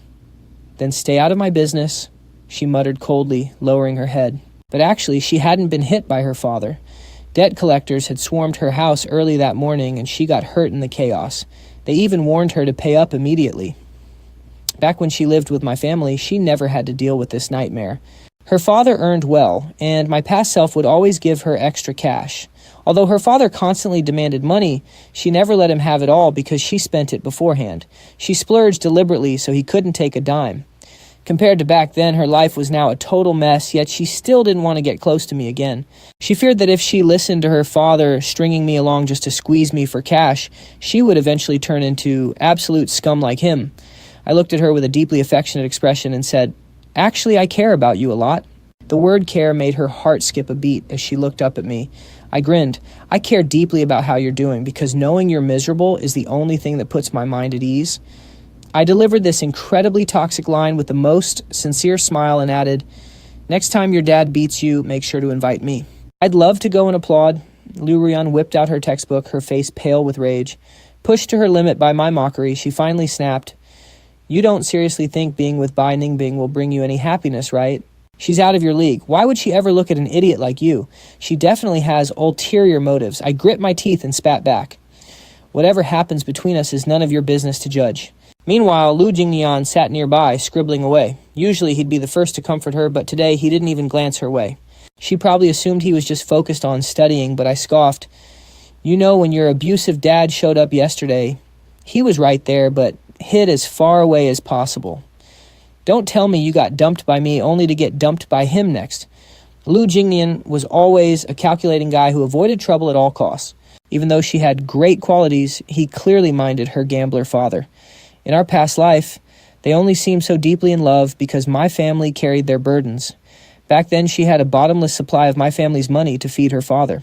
But now that I have cut her off completely, the messy reality of her family is fully exposed. In my past life, she never would have gotten hurt because I took care of everything for her. My harsh words left her face burning with embarrassment, and just as I predicted, the moment class ended, Lu Jingnian didn't spare her a glance. He seemed incredibly busy. Our classmate Wang Yan came over squinting at her. "School beauty Liu, what happened to your face?" "Got into a fight." She was always a model student who avoided trouble. She quickly muttered, "It's nothing." Wang Yan glanced at me asking, "Do we need to call the police? Do you want our help?" "No," she replied. Seeing how deeply concerned he was, I asked, "What is Lu Jingnian so busy with?" Anyway, Wang Yan turned to look at his group and called out, "Jingnian, lately, I've been busy writing a speech my teacher assigned." When I mentioned how busy Lu Jingnian was, not even caring that Liu Ruyan was injured, Wang Yan overheard me. She snapped that their relationship was their own business, and they knew what they were doing. "What's that supposed to mean?" she sneered. "If our school beauty is hurt, Jinian is obviously the most worried. He treats her better than anyone. They will even go to the same college. Though, of course, you could never get in there. Even if your family is loaded, you can't buy your way through the college entrance exams." As she ranted, Lu Jingnian stood nearby, desperately wishing he could cover her mouth. He was trying to stay invisible, but she just kept blabbering away. Blah, blah, blah. I turned to Liu Ruyan and asked, "Which college are you planning to apply to?" In my past life, both she and Jinian went to Yuncheng University. Still, I was curious why she'd choose Yuncheng over elite universities like Tsinghua and Peking. Back then, I assumed she chose it for Lu Jingnian. Hearing my question, she cold-shouldered me, asking why I cared. I shrugged and said, "Just curious. I want to see where you two are going so I can apply there too. It's nice to have familiar faces around, and see if you two actually last forever." "Are you kidding me?" Wang Yan scoffed. "Your grades are terrible. How could you ever compete with our school beauty?" And Jinian, "Sure, your score's improved lately, but you're still nowhere near their level. But you aren't even in our class's top 10. Are you sure you can get into the same university?" Liu Ruyan also looked at me like I didn't know my place. "We're aiming for Tsinghua and Peking," she said. "Want to join us there too?" She really wanted to go to Beijing to escape Liu Yong's constant harassment and search for her mother. "You're not going to Yuncheng University?" I asked, genuinely surprised. She shot back, "Why on earth would I go to Yuncheng? University. Maybe Yuncheng is your ceiling, but it's not mine. Fine. Then I'll just go to Tsinghua and Peking too," I said, smiling. Wang Yan found my confidence hilarious, though she didn't argue with me right away. She probably worried that if she pushed me too hard, I'd lose my temper. Walking back to sit beside Lu Jingnian, she whispered, "Jiang Xiaoyu is hilarious. He actually wants to apply to Tsinghua and Peking. Does he really think his grades are that good?" Lu Jingnian looked up at me. He had originally hoped I would fall for Liu Ruyan again, but after Bai Ningbing entered the picture that felt like a pipe dream, staring at me, he muttered to Wang Yan, "Do you think Jiang Xiaoyu still likes Liu Ruyan?" If only he did. If he kept chasing her, at least her deadbeat dad wouldn't keep causing trouble at school and she'd have plenty of cash. When Wang Yan heard Lu Jingnian say this, she snorted. Jingnian's words, she snapped, "If he dares to pursue Ruyan, I'll tear him apart." Lu Jingnian sighed. Having a friend who completely missed his point was exhausting. Later that afternoon during their meeting, he finally turned to Liu Ruyan and asked about her injury. "Did your dad hit you?" "No," she replied. "Some guys came looking for my dad and things got violent." "Is it about money?" Lu Jingnian asked. He had witnessed enough yesterday to guess. She quietly nodded. Lu Jingnian looked at her, hesitated, and finally mustered the courage to speak up. "Ruyan, this can't go on. Why don't you ask Jiang Xiaoyu for help?" "What help would I even ask him for?" she retorted, confused. She looked at him with confusion. "Didn't you tutor him before?" "Why not do it again?" Our attitude toward him was indeed pretty bad back then. "He's a rich heir after all, so we should pamper him a little. He won't mind having you as an extra tutor." "No way," she flatly refused. I had already fired her, and she had no intention of begging me. She was poor, but she still had her pride. "What's the big deal?" Lu Jingnian urged. "It's just a tutoring gig. It pays way more than your cafe job, and it could solve your dad's debt crisis." Seeing him push her toward me made her feel deeply uncomfortable. "If I go back to tutor him, won't you be upset?" Lu Jingnian smiled reassuringly. "Why would I be upset? It's not like you actually like him. And for Jiang Xiaoyu, he'd probably love another excuse to throw cash at you." But she shook her head. "Now everyone at school knows he's with Bai Ningbing. What would it look like if I went back? I won't do things I hate just for money." Lu Jingnian countered, "Bai Ningbing is bound to find out sooner or later that he's just a spoiled, kept man, and she'll dump him. Showing some friendly concern is completely normal. Besides, you wouldn't want to watch him end up totally ruined after being with Bai Ningbing, would you?" She remained silent, actually agreeing with his logic. Bai Ningbing was brilliant, but since our marriage was arranged by our elders, she likely wasn't sincere about me anyway. Sensing her hesitation, Lu Jingnian nudged, "If you find it too awkward to bring it up, I'll talk to Jiang Xiaoyu myself and get you reinstated. Trust me, I can handle this, no matter what you have to finish high school. With your dad's constant trouble, you might not even graduate. Middle school." She glared at him, still hating the entire idea. "Do you think I can't survive without Jiang Xiaoyu?" She snapped, visibly angry. He quickly backpedaled. "No, that's not what I mean. But the only reason he treats me like this is to spite you, but I refuse to crawl back to him. With my dad's mess dragging him into this would be completely shameless." Finishing her rant, she walked away, heading straight to her meeting room. During PE class that afternoon, I was resting under the shade of a tree after we were dismissed. Lu Jingnian strolled over, acting all concerned. "Why are you here alone?" I looked up at him, instantly sensing he had an agenda. Why do I have other friends in this school? Ever since our fallout, everyone else had kept their distance from me. I wasn't like him or Ruyan, they were social. Butterflies loved by everyone, luckily I didn't mind. Solitude, otherwise this kind of isolation would have driven me crazy. Lu Jingnian stood beside me, eyeing my obviously expensive sportswear. He must have realized how incredibly rich I actually was. "By the way," he said, "can we talk about something?" "Go ahead," I replied. "Could you let Liu Ruyan keep tutoring you?" I quietly took a step back, putting some distance between us. Why would I do that? Because he pleaded Ruyan is struggling. "You know about her, Dad." "Yeah, I know." "But what does that have to do with me? Just help her out," he urged, playing the saint. "If things keep going like this, she'll hit rock bottom. Besides, you aren't short on cash. I promise she'll teach you well, and I'll even help her tutor you so we can all get into the same college together. How about it?" He knew my academic talent was lacking, so getting in was a long shot anyway, but at least Ruyan would be free after graduating. I stared at him in dead silence. "Why are you looking at me like that?" he asked. Do I look like an idiot to you? I countered. You two are happily in love, yet you want me to hire her as my tutor. Do you honestly expect me to pay her wages and keep funding your happy little lives like a complete fool again? He pursed his lips, staring at me. You aren't short of cash. Didn't you spend hundreds of thousands just on her birthday? That's pocket change to you. Even if I threw my money into donating schools for impoverished villages, I still wouldn't give a single cent to her. I'm done wasting money on her. I looked him up and down. I never expected him to come beg me himself. He must have swallowed a massive amount of pride, but didn't he feel humiliated? If you hate her so much just because of my relationship with her, Lu Jingnian said, you really don't have to take it out on her.